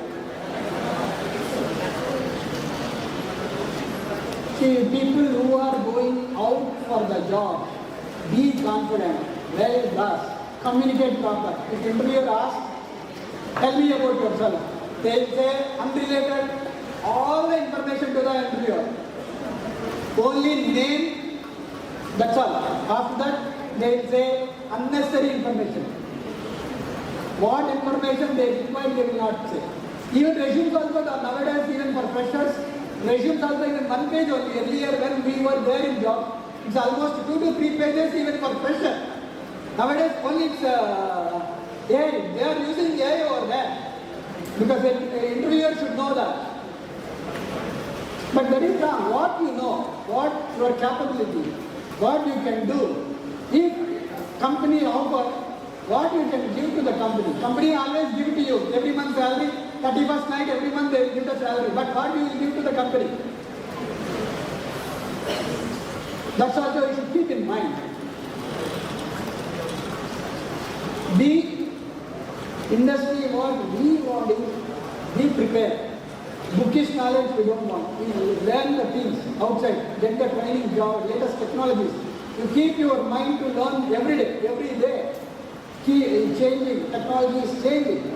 You keep your mind that I am a learner. As sir told us, so every day learning phase. You are always student. Even if you are in the manager level, you are a student, you are a fresher level, you are a student.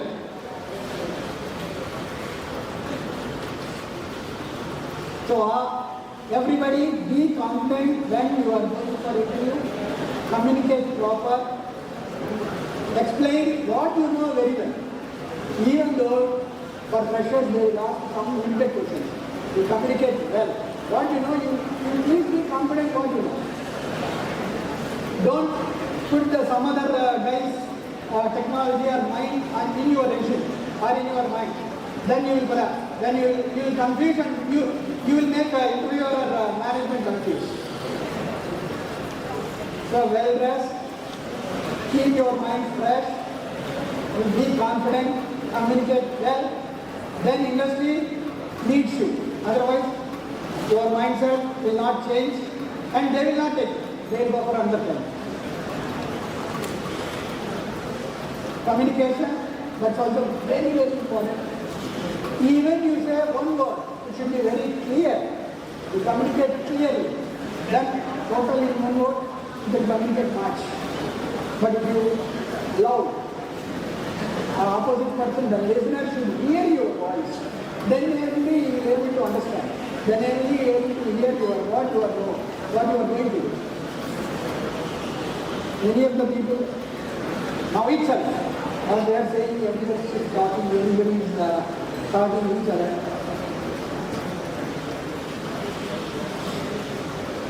So be confident, be learner, everyday learner, be confident, well dressed. When industry take you as you confident, then they will train you, they will give you knowledge, they will impart knowledge to you and they will give you offers. But if you are not ready to learn, if you are not ready to change your mind for day to day, then industry will not take you. Thank you, I will not take much time because everybody is getting into the sweet spot. Thank you guys.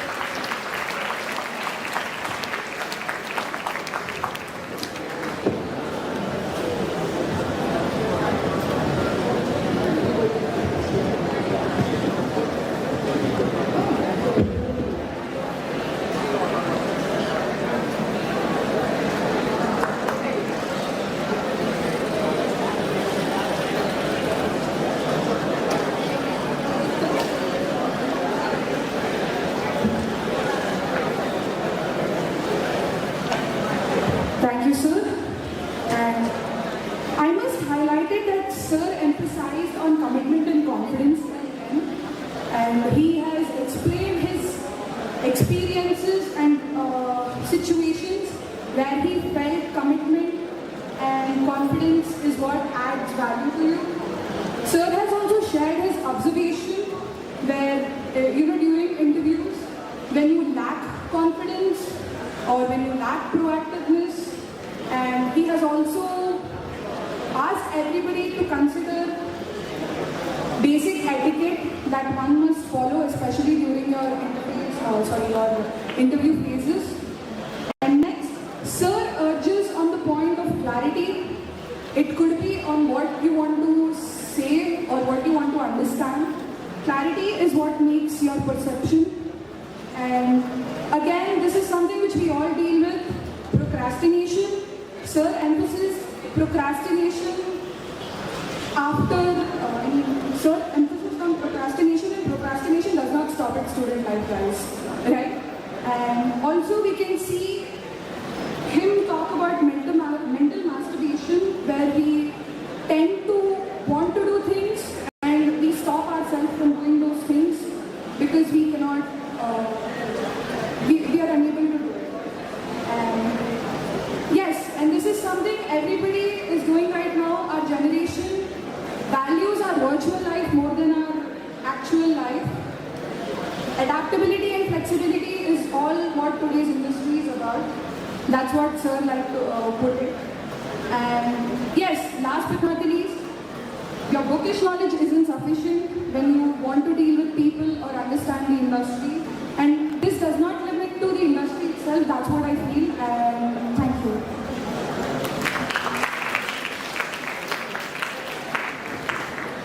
I request everyone to maintain decorum. There are just 2 more speakers left. So now we invite Swati Bhagatula ma'am, founder of Fincolabs Private Limited, to speak on nurturing and entrepreneurial skills. She is a passionate entrepreneur and a creative person with almost 2 decades of experience in various verticals. The demanding times uncertain market conditions molded her. Mentored, customer-focused leader, style to motivational leadership to contain the high attrition and adherent to strengthen deadlines of customers and company goals. She always aims to drive forward creative ideas, shaping progressive designs and making a lasting impact on the clients worldwide, all while maintaining commitment to personal and professional growth. She loves to explore the intersections between research and application development and always emphasize the importance of effective communication, interpersonal skills and professional etiquette. Now, give a big round of applause for Swati Nanak.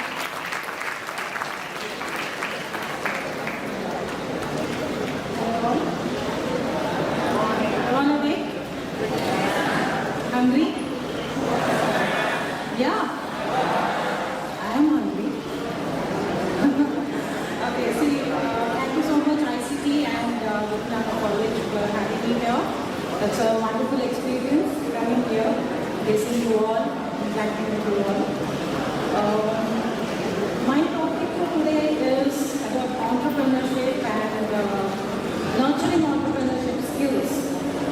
But before getting into it, I would like to give you a small intro about myself, as how I got into entrepreneurship and how was my journey going. So I come from a very humble, normal, middle class family, grown up in the 80s and 90s into my schooling and college. Entrepreneurship or the term entrepreneur is a very fancy word for us because we never heard it. The only word we knew was study well, get a job, study well, get a job, and settle in your life. And talking about the mindset, the fixed mindset that was spoken earlier. When I was in my school, we had a computer class, maybe twice or thrice a week, where we were taught on global and basic, which was an mindset.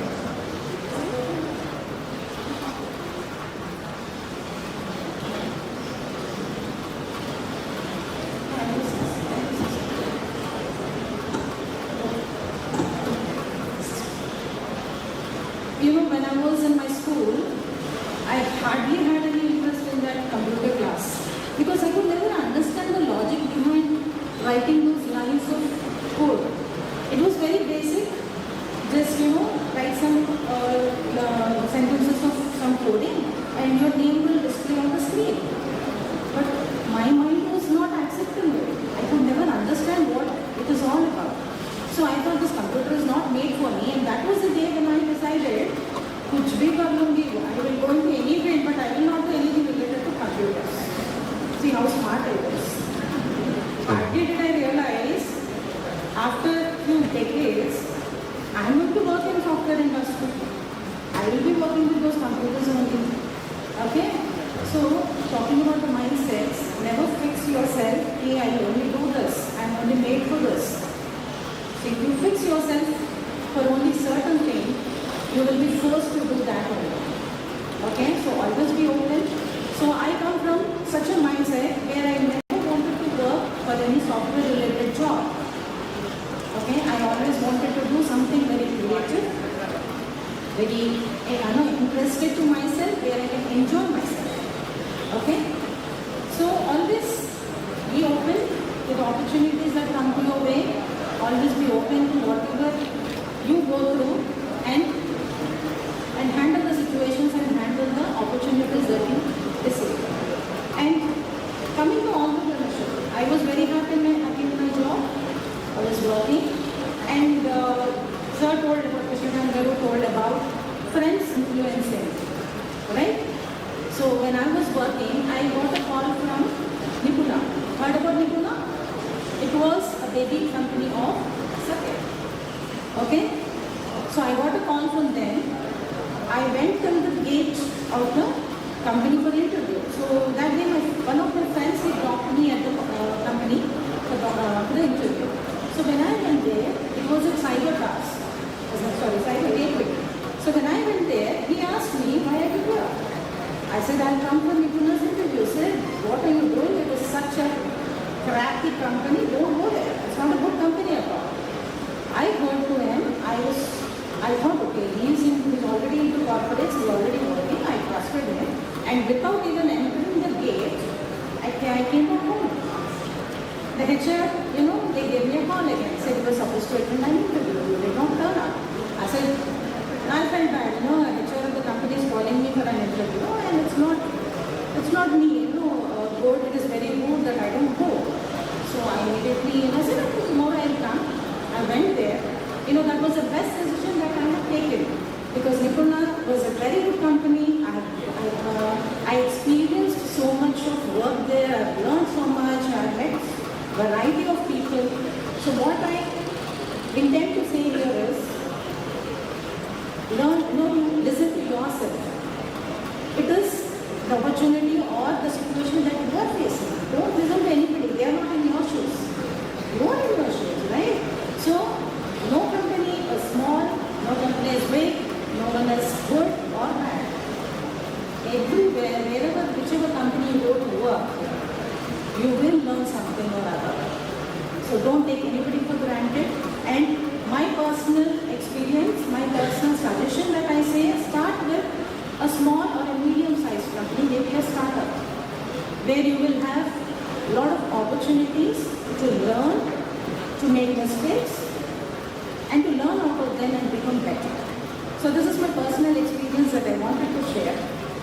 So coming to entrepreneurship, how many of you here are interested in getting into your own business?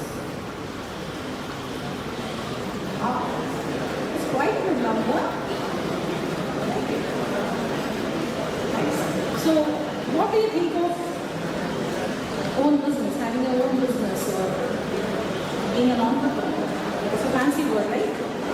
Somebody asks you, what are you doing? You say, I'm an entrepreneur. That sounds so good. So, what is your idea of being an entrepreneur? No idea. Being your own boss, that's the biggest thing. Right? So before you become your own boss, what are you supposed to learn? What are you supposed to change and imbibe? What are those? Can I have this slide?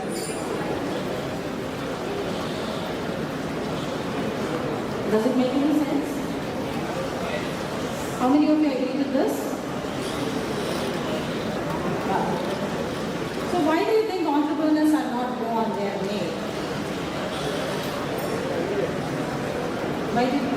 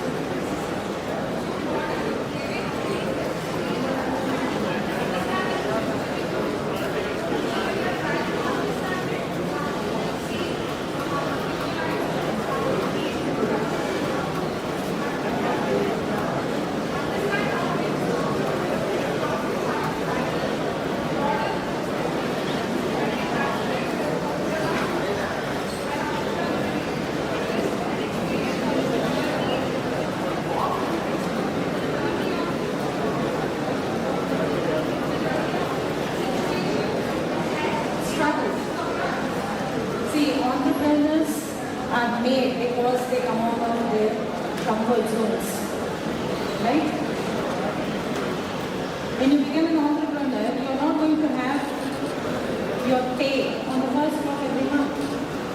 You have to pay for your own expenses. Somebody is not giving you a pay.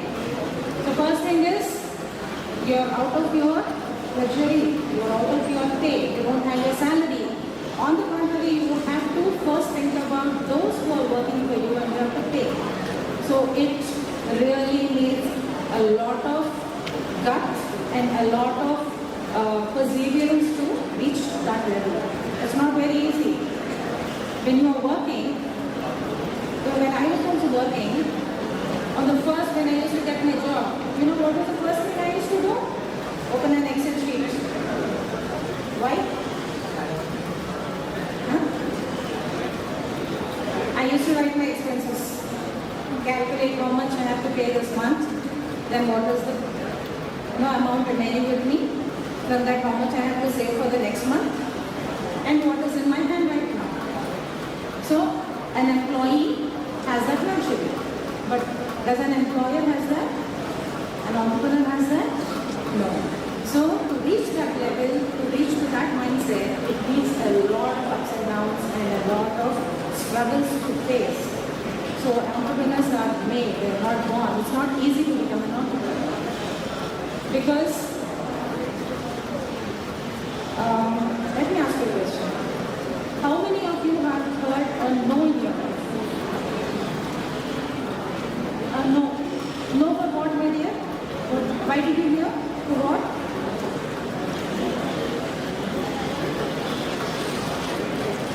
Not audible? I am not audible?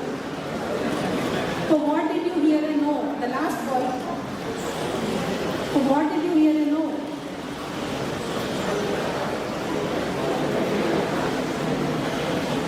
You know, the biggest thing that you have to learn to become an entrepreneur is a no. Because everywhere you go, people will not, welcome you like you all welcomed us here. They will not say, okay, you have bought a product or you have bought a business to us, we are ready to, we are open to it, we are taking it, we are going to pay you as much amount as you could. Will they say? No. So the first thing you have to know or learn is a big no. Only you learn out of it. Okay?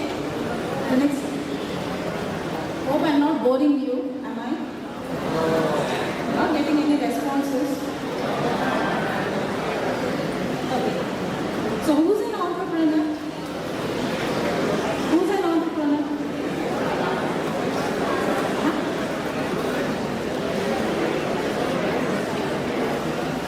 Want to say something?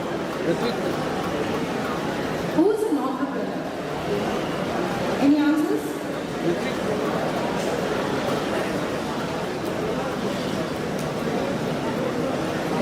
You know the meaning of an entrepreneur? Do you all know the meaning of an entrepreneur? Yeah? Yeah? Okay.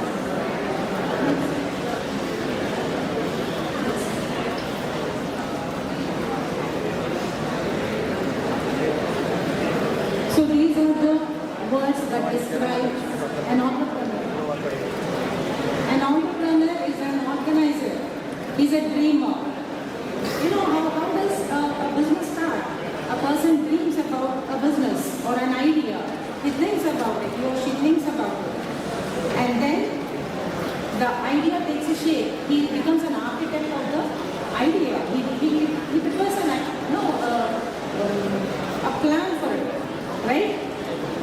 I think I'll give an example to the girls. You go to a mall, you see a dress, you like it, you visualize yourself in that dress. Yeah? But what comes first in your mind? How to convince your mother or father, right? Okay? First you will go to the mother. You tell her, I saw a dress, it's very beautiful, I want to buy it. She'll say, ask your father.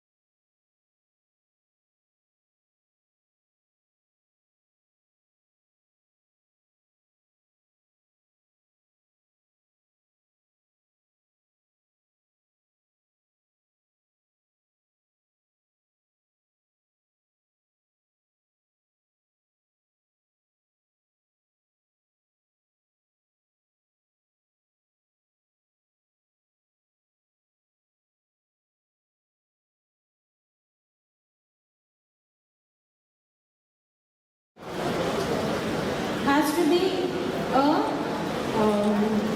something that which is not available in the market, or a value addition to something which is already available in the industry, which will make life easy for the people who use it.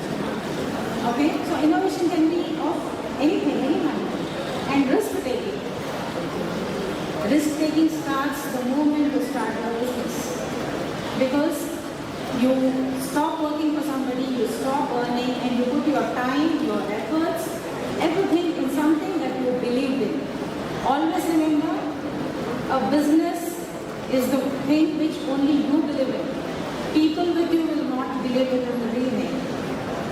Okay, you heard about the Indian crab story, the frog, the crab or frog, the Indian story, wherein few frogs were put in a box. Okay, and they start crawling. What happens? The ones which are under, they start pulling. So that will happen throughout your entrepreneurial journey, unless and until you earn big. Okay, people start seeing that you're earning, you're having a good car, you're having bank balance, you're having your own home, but that doesn't come very soon. That never comes soon. So whether it is in a job or a business, don't think success comes overnight. You know, a few years back, there was a movie, Shekhar Kamla. How many of you remember? About engineering college and students. So what did he tell you? He told, go to an interview, recite the rhyme, you will get a job. Is it true? Is it true? So life is not that rosy.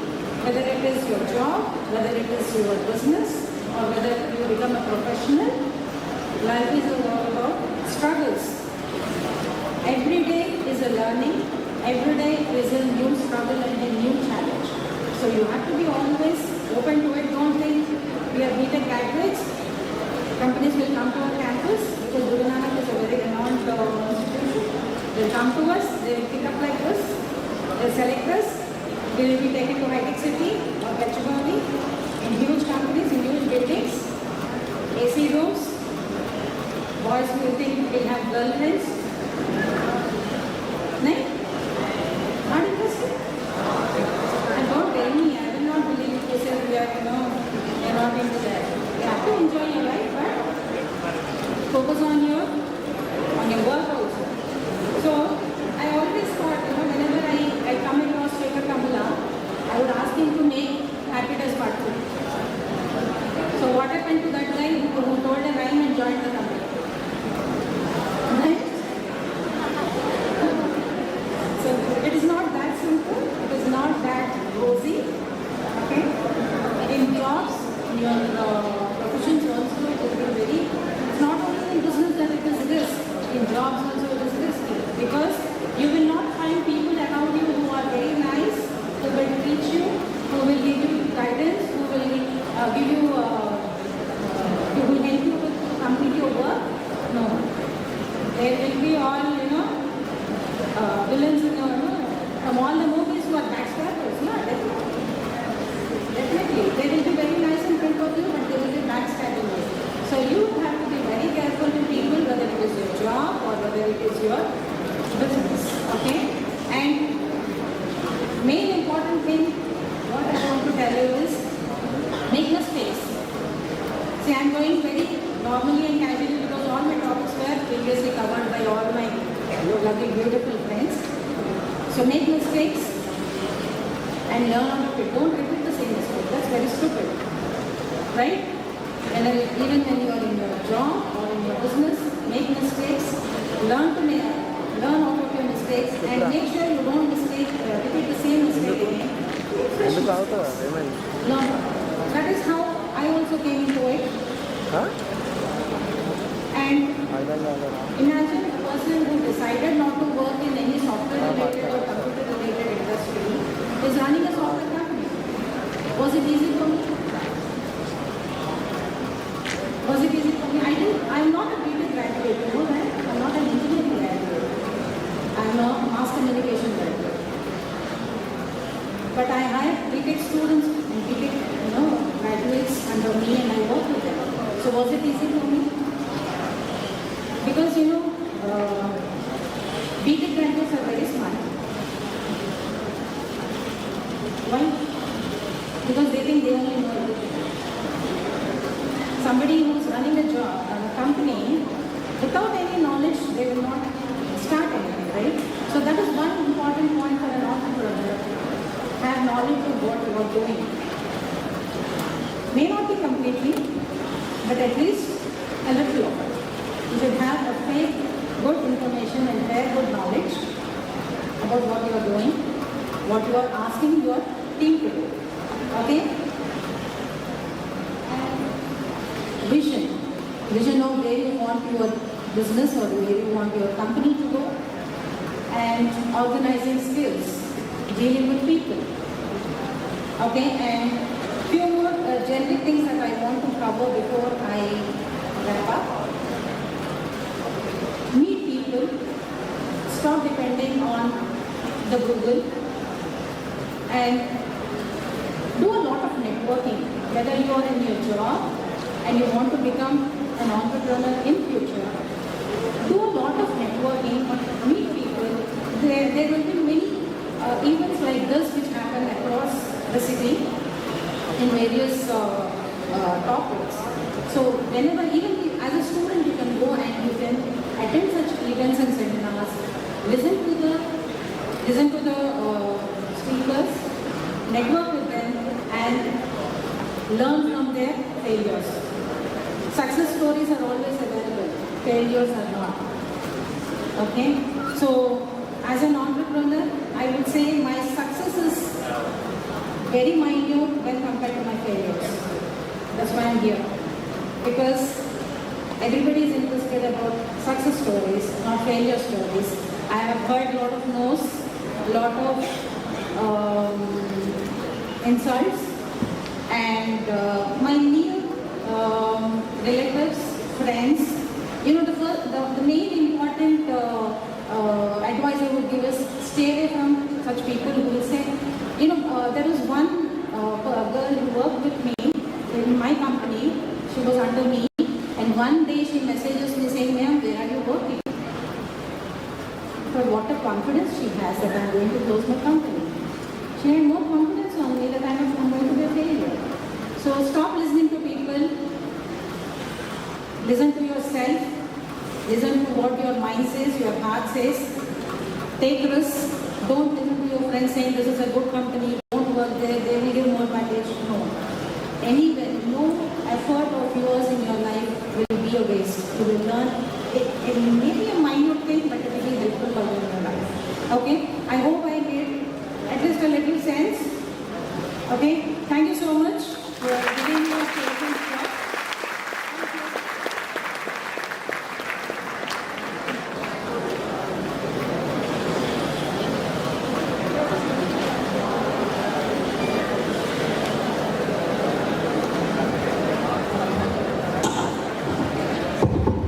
Thank you, ma'am. So, I think from today, I'll start taking you in an optimistic way, and probably I'll pray that it turns to yes. And I'd also like to highlight how we all are entrepreneurs in various other senses. We're all somewhere dreamers, we're all somewhere organizers, we're all somewhere having innovative thoughts. We're all somewhere wanting to be a changing agent. We're all somewhere who's ready to take a risk. So aren't we, making a small step in becoming an entrepreneur ourselves? Right? And now I like it how you specify to listen to yourself. It has been very long since somebody said that to us. Probably I heard it back in my school days. And you sounded like a mother, you sounded like my grandmother as well, right? So when they say, study properly, land a job, earn your own money, right? So, thank you, ma'am. Thank you for letting us know what it takes to be an entrepreneur, especially coming from a humble background. Thank you very much.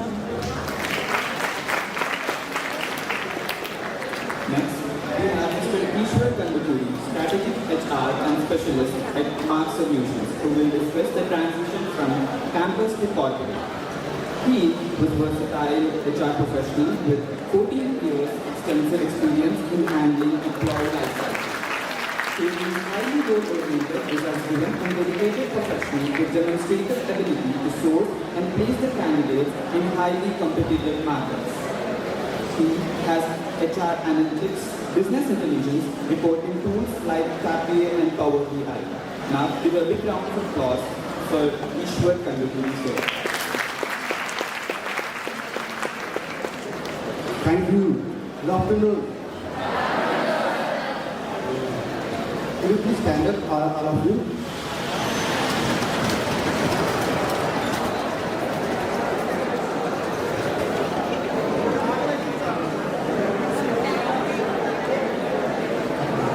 See, I will do practical approach actually. As Sir said, yoga is also important actually. Okay, whatever I tell, just see. Okay. 1, 2, 1, 2.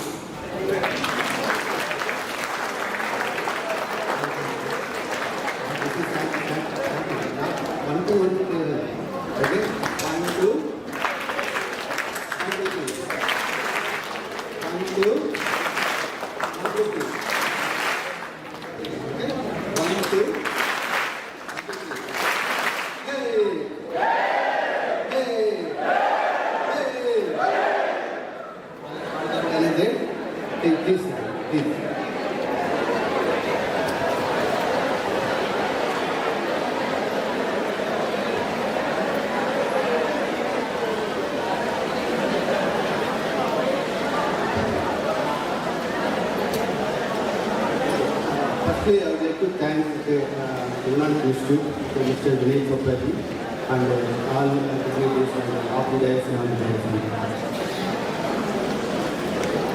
Okay, my fellow speakers covered all the topics, whatever I wrote, okay, I prepared so long for 2 days, but I would like to tell very unique points actually. Okay, I will going to tell you one short story.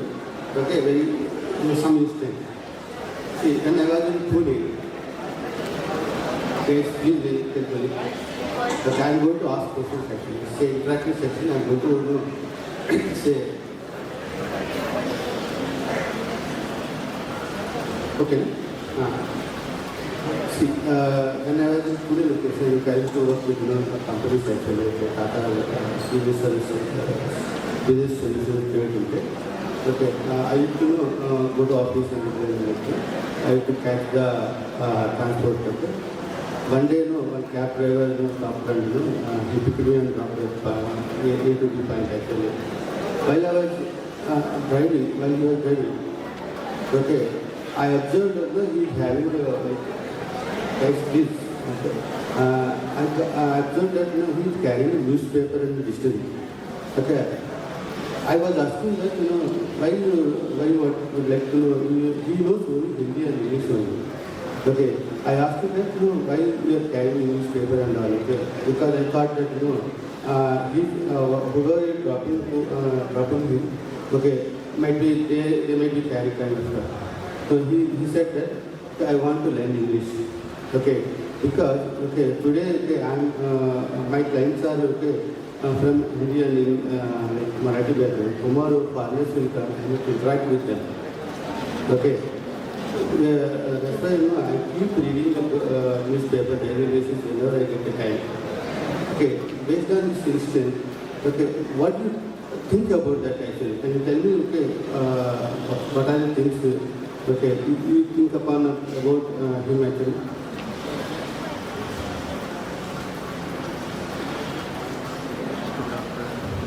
Okay, I will put it another way. Okay. Like, who wants to be, hero or heroine sector? Please raise the hand, your hands.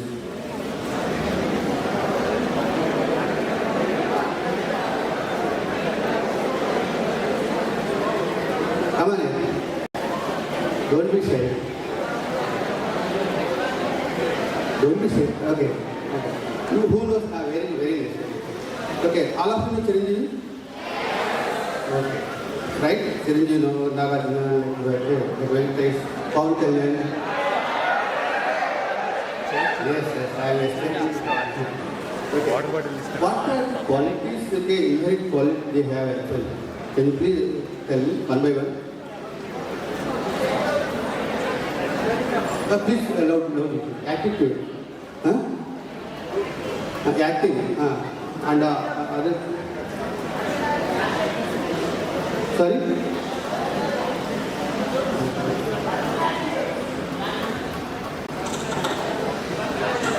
Passion. Very nice. Passion. Yes? Tell me, you are in point actually. You are on road. Yes? Then one by one, you cannot just tell me. You want to be heroine, right? Anybody wants to be heroine?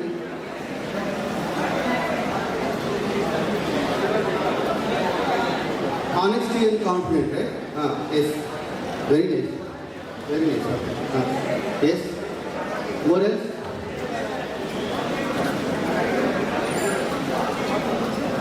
Very nice. Not giving up. Very nice.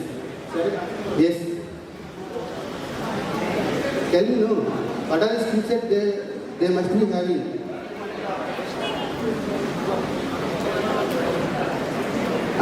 You can tell, ma'am? You want to tell? Okay, this skill set, whatever you told, very much correct actually. Okay, they must be having a decision making, passionate about their work, continuous learning, time management, zeal to work, vision, focus, adaptability, and hunger for growth. Okay, these are the things you need to build actually. Okay, so that your life will be effective life. Okay, you will lead the effective life. And one more thing, Srivanella Garu, lyricist. Come on, please. I need some answer. Yes or no? No? I read out actually. Okay? Don't give up that. ఎప్పుడు ఒప్పుకోవద్దురా ఓటమి. You heard about that? Okay, there are two lines are there actually. Okay, I will also tell in English also. Okay, నెప్పిలేని నిమిషమేది జననమైన మరణమైన జీవితాన్ని అడుగడుగున నీరసించి నిలిచితేనే నిమిషమైన నీకు రాదు బతకంటే నిత్య ఘర్షణ.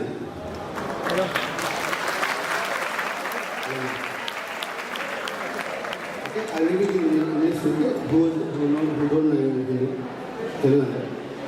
A painless minute is a step in life that is birth and death. It is not yours for a minute, but for life, it is an eternal conflict.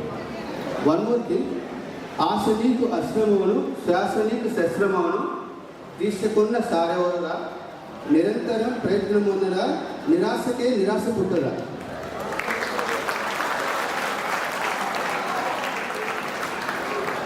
Okay, I will ask a simple question, mathematical question. What is a blessing to bless? Blessing to bless, minus that. Huh? Bless. Blessing to minus? Minus into bless? Minus into minus? Minus into minus? Minus into minus? Minus into minus, bless. What? Get up that one.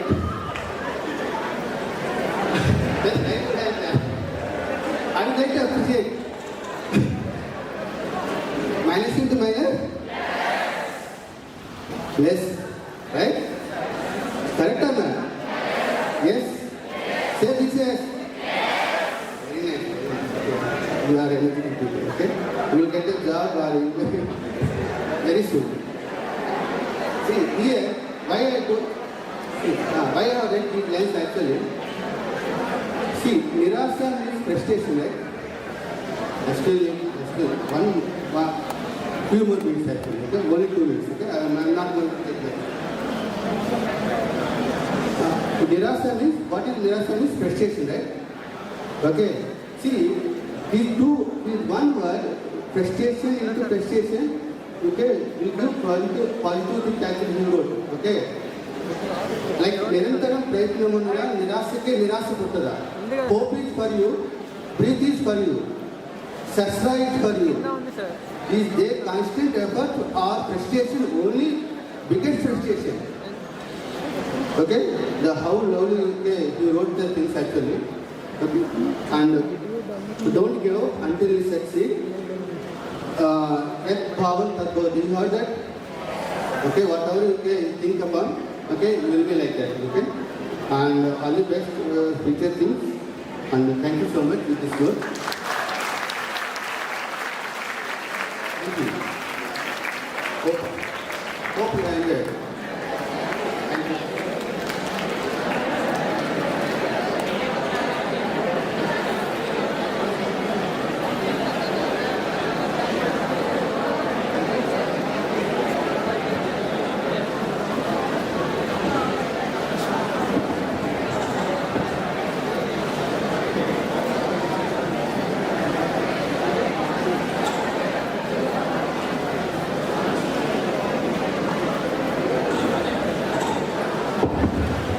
Thank you so much, sir. Thank you for specifying how adaptability and hunger for a goal is important. Well, maybe I have a small statement for you all. ఈ నిత్య ఘర్షణలో నిరాశ లేని ఈ ఘర్షణలో నిత్య ఘర్షణం అంటారా?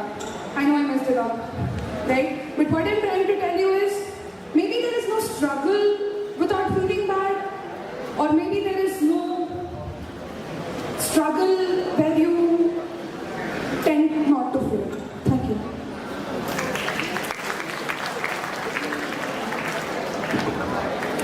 We now move on to the Q&A session. I invite the audience to ask questions to our panelists, and the best questions will be awarded. Yeah, we will get it.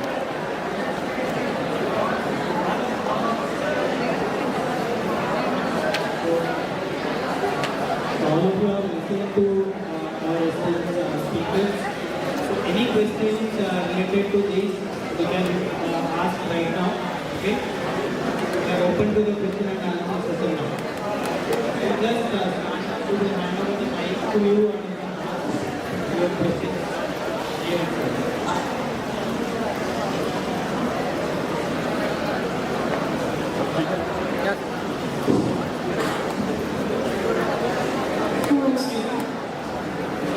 I request you to come on the line.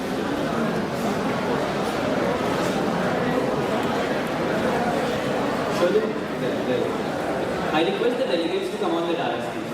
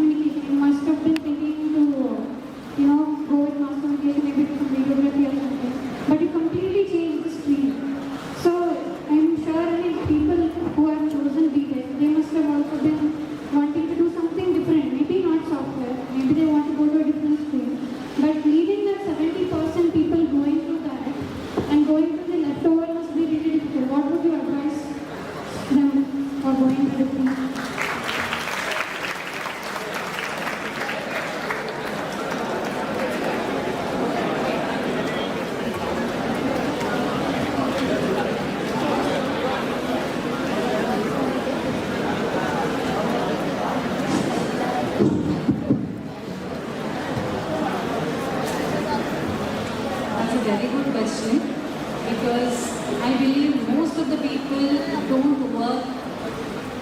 are not into jobs that are related to their education. Most of them, maybe few people, they might be into the same field. See, I'll tell you why I did mass communications and journalism, because I was a classical dancer. Okay?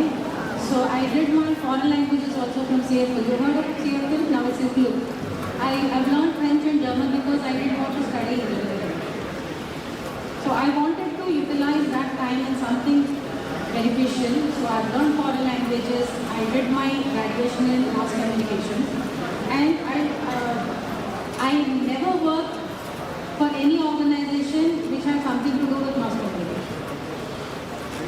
It was not easy. It was really tough because the first job I did in a corporate was into administration, which helped me today because that's where I learned even to write an email. I didn't know. That's where I've learned it is not how you read, it is how the receiver reads. That's what I learned there. I learned how to write emails, how to write communications, okay? And from there, I got a job in Lipuna in a procurement analysis role, in a business analyst role. I never knew what was the meaning of procurement. Okay? There I went there. That was also a challenge for me. So that is what I was telling you when I was doing my session. Be open. Never decide. Never have a mindset or never fix yourself. I have learned this. I have done my graduation or my education in this field. So I will be only doing this. You don't know where opportunities open up. I worked with chains like Universal Music, Bernardo's and Siemens in European clients for us. I worked with them. So that was a very big experience for me. My education helped me in communicating better. Apart from that, my education never helped me in doing my work better. Okay? So in any job you go, in any opportunity you receive, it is not about what is your qualification. Your qualification is just to get a job, just to get an entry. And I don't know about your curriculum, but most of the engineering curriculum is not on par with the industry standard. Because whatever you are taught here is something different when it comes to the industry. So every time you have to be a student, you have to come with a fresh mindset, open mindset, and you have to learn whatever is being taught to you. So that's what I did. When I started a software company, it was Krishna who told me that I can work or I can run a software company because I was very good in creativity and design. That's a spark that he saw in me. So he gave me the entire responsibility of developing an application. So can you imagine a person who was never into any software, I have never learned a single technology, I don't know coding. Can you imagine, can you believe somebody who is running a software company? But I know how an app can be developed. Right? So no matter what you are into, what education you have taken, it's all about what your capability is and what you are capable of. So what Sir said, be confident. If you even have a new work in front of you, be confident that you can do it. Make mistakes, learn out of it, take industry experience, learn from people, move forward. That's what I can do. I hope I answered your question.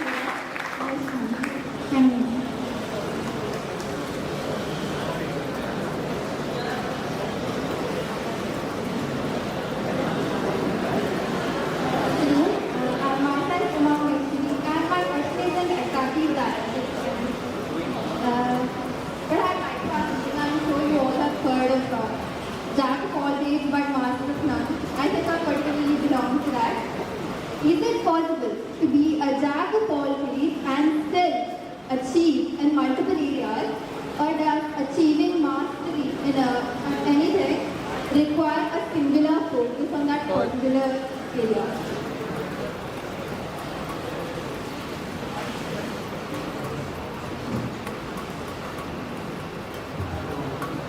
I'll just give initial thoughts, but please feel free to add on. What's your name, sir? Uma. Thank you, Uma.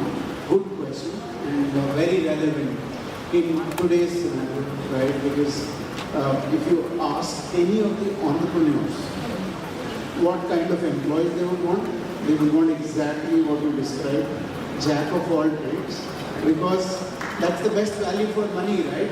I hire somebody and make him or her do multiple things and get the most value, right?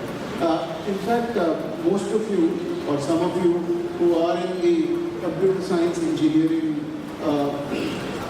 faculty would know that world has shifted in the last 10 years from core pure application developers to software engineers to full stack engineers. You heard full stack engineers? That's nothing but jack of all trades and master of some, right? So there is in HR terms, the skill type, there are multiple skill types. There is a T skill type.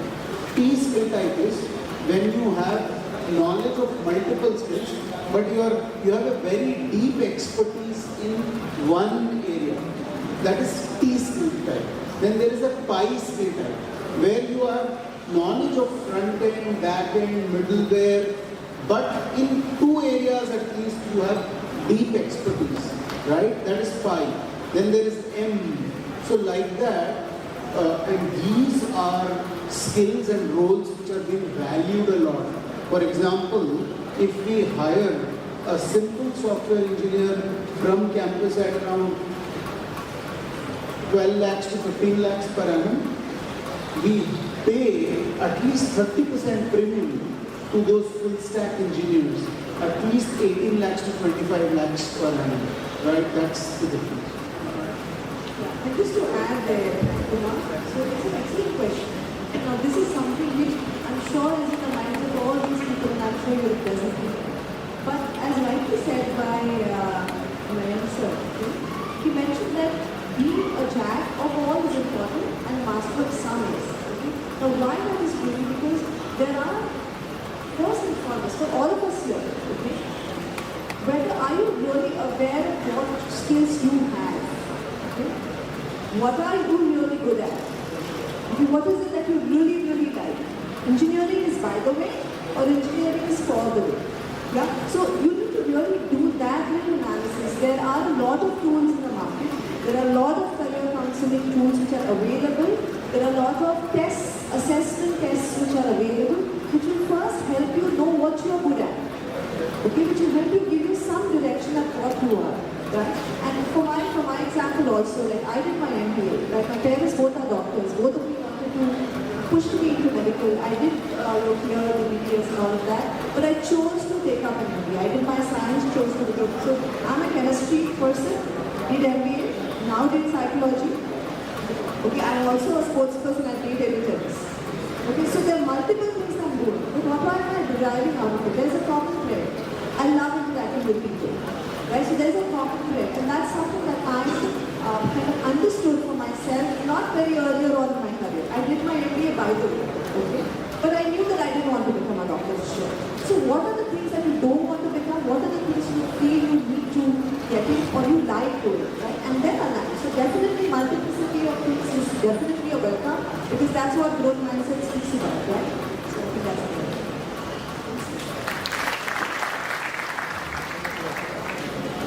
And let me add, women are naturally multi-talented and multitasking. It is very easy for them.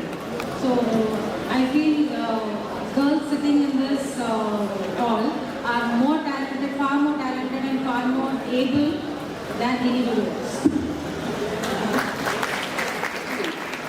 First, you assess yourself. Don't get assessed by your friends or surrounding people. First, you get assessed yourself. Then you will come out with the point that I can do this. Multiple options. You can select multiple options. Don't select your option through your friend or anybody. That will fall in a deep trouble.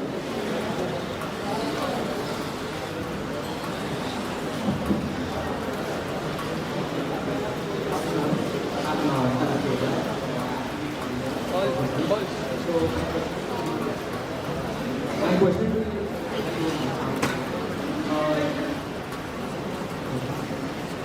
Now it's okay. You told about mindset, like fixed mindset and growth mindset. So it's about our parents, right? So instead of, we all understand as a generation, we all understand what's going on, and we can adapt to the situations. But as being a parent, can you tell us how can we approach our parents in a relevant way to shape their mindset? To change at least their perspective of change things, not just the orthodox mentality or fixed mindset they have towards this kind of situation. Perfect question. How many of you all have the same question? Raise your hand. Same question, right? How do we convince our parents? Isn't it? See, mindset is one aspect. Now, your parents come from a different generation, a little older to us. Right? So we are standing between your parents and our children. Okay? So your parents come from a generation where it's not about orthodox, it's about how things were there. So the last 4-5 years we've seen the world really going topsy-turvy on a lot of things. It's not even a decade, so there's no generation gap anymore. 2 years, 3 years, you see a child of 3 years, and you see a child of 6 years, there's already a gap. So between you and your parents, imagine the kind of gap they would have, right? So that's the difference that you always see, that they will never understand what you're trying to say. Right? But from your perspective, how you put across your plan. Okay? Now this is very, very important and critical. Whether you are in a corporate environment, whether you're talking to your peers, whether you're talking to your parents, how do you convince them about how convinced you are about what you want to do? First and foremost, are you really convinced of what you wanted to convince them about? If you're not convinced, you will shake up and they will not agree. Right? Because see, they know you since the time you were in your mom knows you since the time you were in her womb, right? So she knows how you're structured. But that's also her perception. That does not mean that you cannot change when you're 20s, 25, even at 40. Okay, I went through a transformation at the age of 40.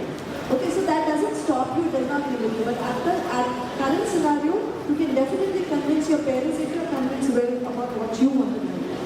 Okay. So give that more attention and see to it that you try and tell them in ways that they understand more than in the way that you want to put it forward. Because for that you need to know your parents very well.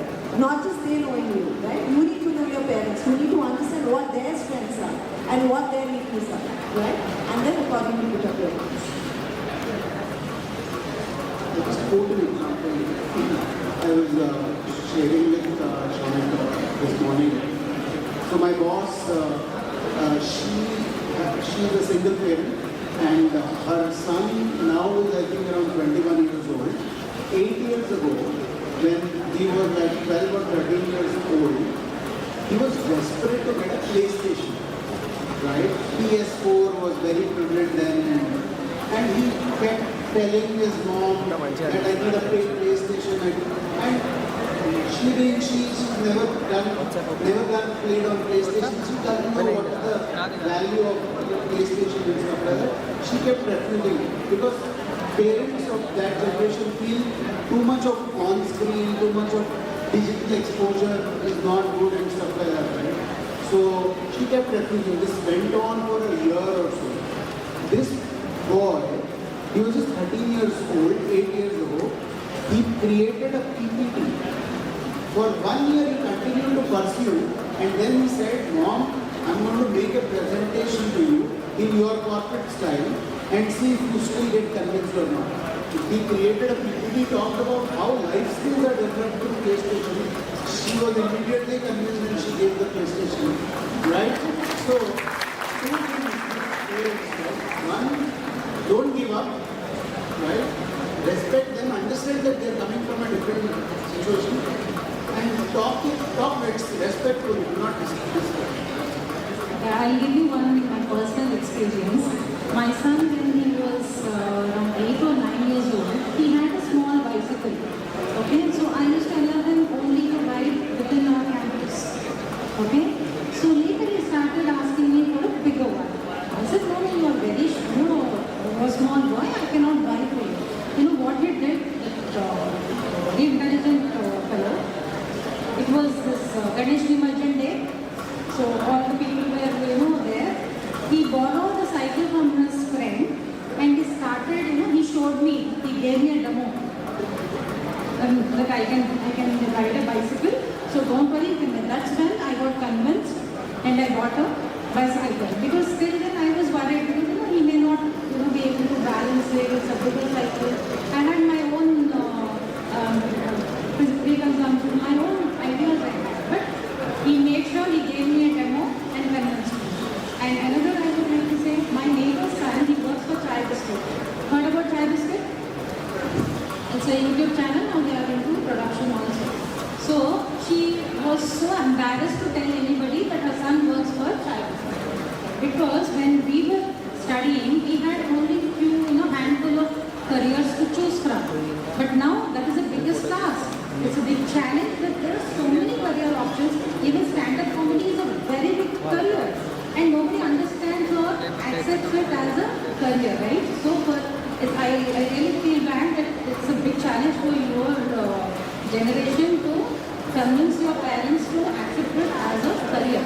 So now, after he got an opportunity and he directed a film by Chai Biscuit, now she probably says my son goes to class. So it's only up to how you have to prove yourself, you have to believe in yourself, believe in your decision. If you are doubtful about what you are going to do, what will you convince? Right? నువ్వు convince చేయి, నీ పేరెంట్స్ని convince చేయి. నీ ఏజ్లో నువ్వు చూసేవాళ్ళు నీ circle friends, different mentalities, technology. But actually they age వాళ్ళు ఎన్నో చూసుంటారు. వాళ్ళు ఎన్నో మిమ్మల్ని పెంచడానికి కూడా ఎన్నో అడ్డల్స్ దాటి మిమ్మల్ని ఒక స్టేజ్కి తీసుకొచ్చి ఉంటారు. సో వాళ్ళ ఎక్స్పీరియన్స్కి మీ ఎక్స్పీరియన్స్కి చాలా గ్యాప్ ఉంటుంది. ఈ రోజుల్లో ఏం చేస్తున్నారంటే పేరెంట్స్ ఏమైనా చెప్పగానే నువ్వు వింటే నేను ఏం చెప్పినా వినవు, అది ఫస్ట్ క్వశ్చన్ వస్తుంది పిల్లల దగ్గర నుంచి. దాంతోనే గ్యాప్ వెళ్ళిపోతుంది. అదే నువ్వు ఒక 2 రోజులు 3 రోజులు వాళ్ళని కన్విన్స్ చేయడానికి ట్రై చేస్తే ఆబ్వియస్గా నీకు కన్విన్స్ అవుతారు. ఒకరోజు కాకపోతే 1 ఇయర్ 2 ఇయర్స్ కన్విన్స్ అవుతారు. బికాజ్ వాళ్ళ ఎక్స్పీరియన్స్కి మీ ఎక్స్పీరియన్స్కి చాలా తేడా. వాళ్ళు ఎంతోమందిని చూసుంటారు, బయట ఎంప్లాయ్మెంట్కి వెళ్తారు, వాళ్ళ కొలీగ్స్ చెప్తారు మా పిల్లలు ఇట్లా ఇట్లా ఇట్లా అవుతుంది అని చెప్పి. బట్ ఫస్ట్ వచ్చేది ఏంటంటే నేను ఏం చెప్పినా నువ్వు వినావు, నాకేది ఇంతే. మీ ఏజ్ పీపుల్ ప్రెజెంట్ చేస్తున్నది అంతే. బట్ ఆబ్వియస్గా నువ్వు వాళ్ళని కన్విన్స్ చేయడానికి చూడవు, నీకు నువ్వు కన్విన్స్, ఫ్రెండ్స్ చేత నువ్వు కన్విన్స్ చేసుకుంటున్నావు.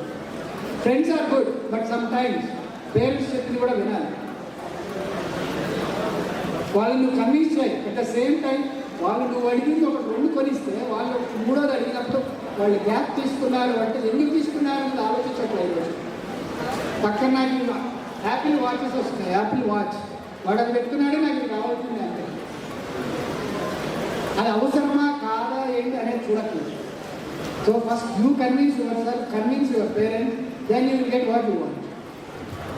Thank you.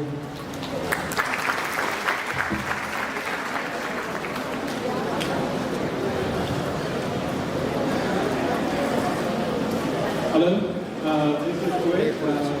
Being analyst face of good in the future, I would like to welcome all of you to our great contribution.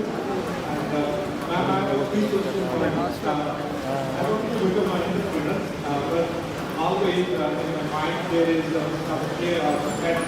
Like when we decide to do some investment, so always there is a fear in our mind, like whether we will get profit or not. Always there is a threat. Like what do you suggest to me? So how I will try to overcome that threat or fear?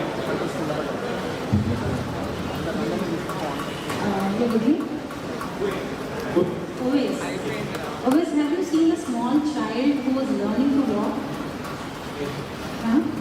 How do they do it? When they try to learn, they crawl and they try to, take some support from a bed or a chair, and they try to stand up, right? Before they start learning to walk. An infant, a small baby. What happens? They try to do it, they lose their balance, and they fall down. Okay? Does the parent say, never do it again, you will be a failure, never try to stand again? Does the parent say that? No. They again do it. Only thing a parent does is try to give them a security, try to safeguard them from falling down and having no injury, right? So there is no negativity for a child. The basic failure is listening from people telling you negatives. When you become an adult, what is the first thing people will start telling you when you want to drift from a regular thing and you want to do something different? What they will say? They will try to pull you back. They will try to tell you negatives. So become like a child. Never listen to anybody. A child will not listen to his mama. He says, okay, I've fallen down once, I will again, if I try, I will fall down. Will a child think all that? They have that perseverance. They will never stop doing what they like. Even if you tell a child, don't go and touch it, they will go and they will do it. So that innocence, that perseverance is very important for us. Because we grow up, we learn so many things, we get influenced by negatives. As I told you, so many people in my relations or my friends, even today they ask me, where are you working? Though they knew I'm into my own business. So what should I do? Should I listen to them and close my business and go back to a job? So first stop listening to them. My always mantra, listen to yourself. Listen to what your heart says. Fear is something that we create for ourselves. Because we are worried about, we are scared about being a failure. You please tell me, is there any entrepreneur in the world who has not faced failures? Everybody was talking about the Tatas, right? Tata faced, I think, almost 30 to 40 years of bad time in the business. Even Nano was a failure. Am I right or not? Nano didn't click as much as it was expected. But they again came back, they didn't take the failure as an end to their business. They came up with new designs, they came up with Indica, Tata Indica, right? And from there again their business jumped. So stop listening to negatives and you can take advices from people who are already into a business. And all these negative advices, trying to pulling back, will be from people who have never started or who have never worked for any business. Okay? So talk to people who are into it, talk to industry experts, and then only you have to go ahead. Every other person doesn't matter. Even your parents, because they come from a very conservative thing that, job is secure. Even my family thinks job is secure.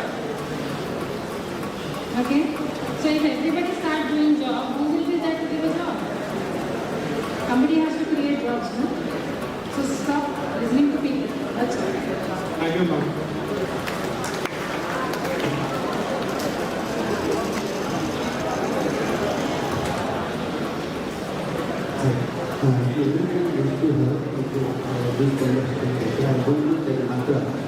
Okay, young is mindset. A is avoid distraction. N is notes preparation. T is time management. R is revision. A is attitude change. If you have this kind of skills, you will be leading effective life. Okay? This is the recommendation. This is the mantra actually. And also, can you say something like Swami Vivekananda quote actually? You have enormous power in you. You can achieve anything and everything. Okay?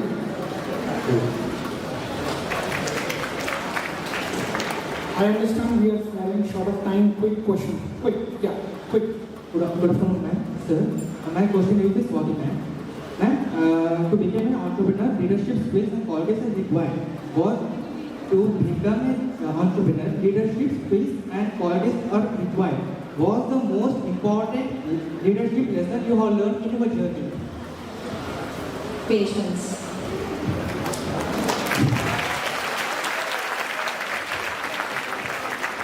I was a very short-tempered person, very short-tempered, always ready to fight. Okay? Even today my schoolmates call me atom bomb. Because I was never like a girl, I was more like a boy going for fighting. Okay? So when I started business, our business is mostly with the government sector, banks and government organizations. That is where I have learned to be patient, because dealing where you come. Right? So I suggest, when you start your own business, you at least try for one government project. They will teach you how to be patient. They will teach you how to be very calm. Take any number of rejections. They will teach you how to be. Everything will teach you. They'll make you a better person. So today, whatever I am, in communication, in dealing with people, I think I have learned it mostly from the government officials. That is, my business has taught, I told you already, my failures are more than my success. Okay? I have learned from my failures. I have learned that I am not going to give up. I have no plan B. Okay? There are so many companies who started with us, or we met them during our journey and they don't exist today. Because you should have the guts to accept failure. Okay, so I have learned a lot of patience. I have improved my perseverance. My patience levels have improved. I have become a better person. Okay, so though you are successful in business, you earn a lot of money or not, you will become a better person for sure. I don't think a job can offer that. Just to add two things, since you mentioned about the leadership skills. Okay? One is grit. Okay? You can look up as to what is grit. Grit is a lot of determination. And how do you come back? You set small goals for yourself. So for the day, for the week, for the month, I'm not talking about the New Year resolutions on 1st of January. For the day, for the month, for the week, set up those small goals and see if you're able to achieve it, whatever you are right now. To be ending up into some leadership roles, you first need to start small. Okay, so I think that's very, very important from a determination perspective. If you have the passion to achieve, you will achieve. Whether it's failure, whether it is any other aspect of leadership. But this is something which is very, very important for all of us here, including all of us in the family. Just to respond to that. Thank you, ma'am. Nice, thank you. So as we wrap today's program, there were so many take-homes for all the students, where our Honorable Vice Chancellor and Managing Director emphasized on honing of skills throughout your life to be successful. Mr. Mayank covered a lot about agile mindset, change management. Madam Shamika Namdas talked about mindset and how correct mindset will position you in a different environment, different positions in your life. Krishan sir gave how important it is to have a clarity of your goals. If you are clear and have a focused approach, you know where you are going to land up. Swati ma'am, I'm really impressed with ma'am your journey. Thank you. Her journey, I will definitely try to implement in my life. And trust me, I want to add in this one thing. The person whom you sit here, I admire a lot, beloved Dr. H.S. He comes from a very, very humble background. Trust me, he has reached here after a lot of efforts. He comes from a village and he has reached to a position where he is running one university, 2 institutions. Huge round of applause for him.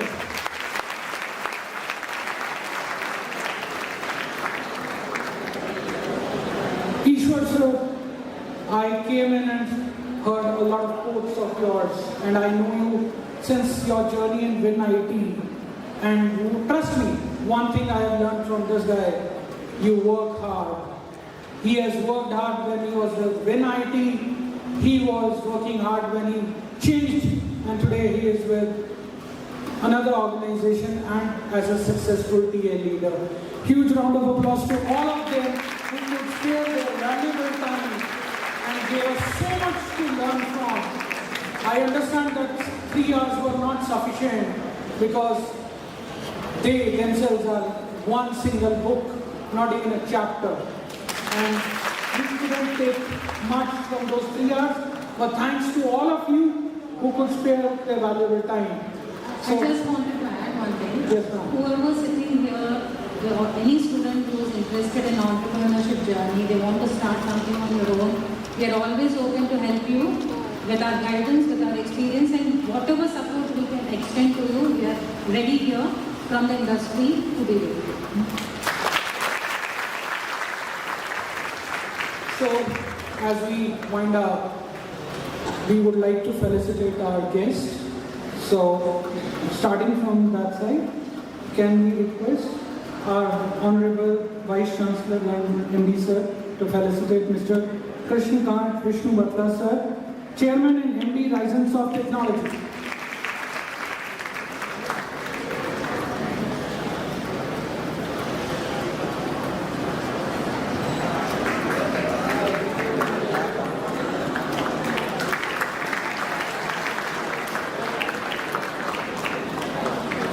Lights off, lights off, lights. Like,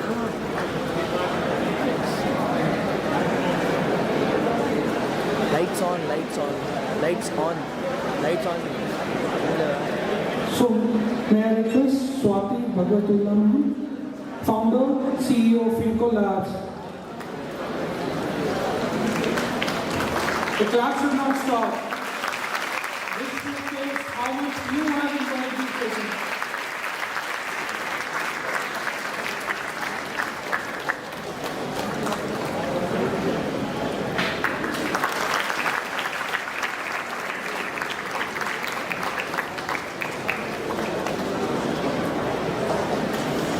Mr. Mayank Gupta, Head HR, Flutter Entertainment.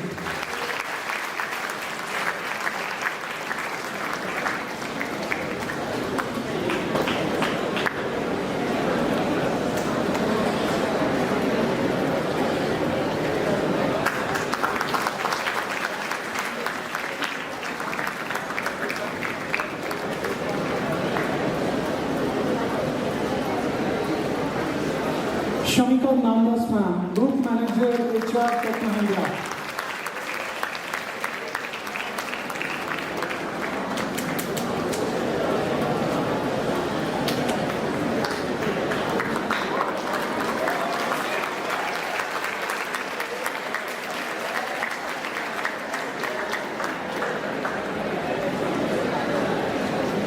May I request Mr. Ishwar Kankuri sir, Strategic HR Leader and TA Specialist, Mark Solution.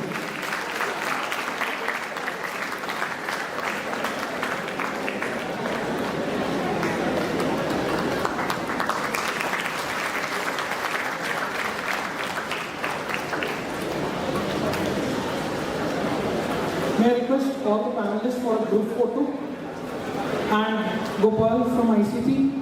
Huge round of applause for Mr. Gopal and Ms. Preet from ICT, who helped us in organizing this event.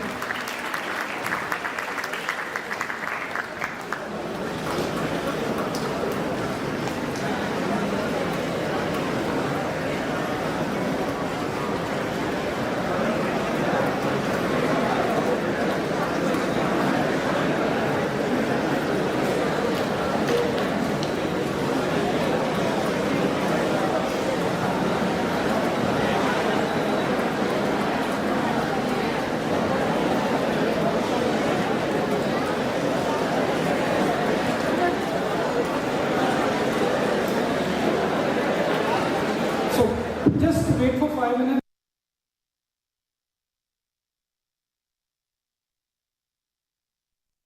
But at this time, the panelists will move.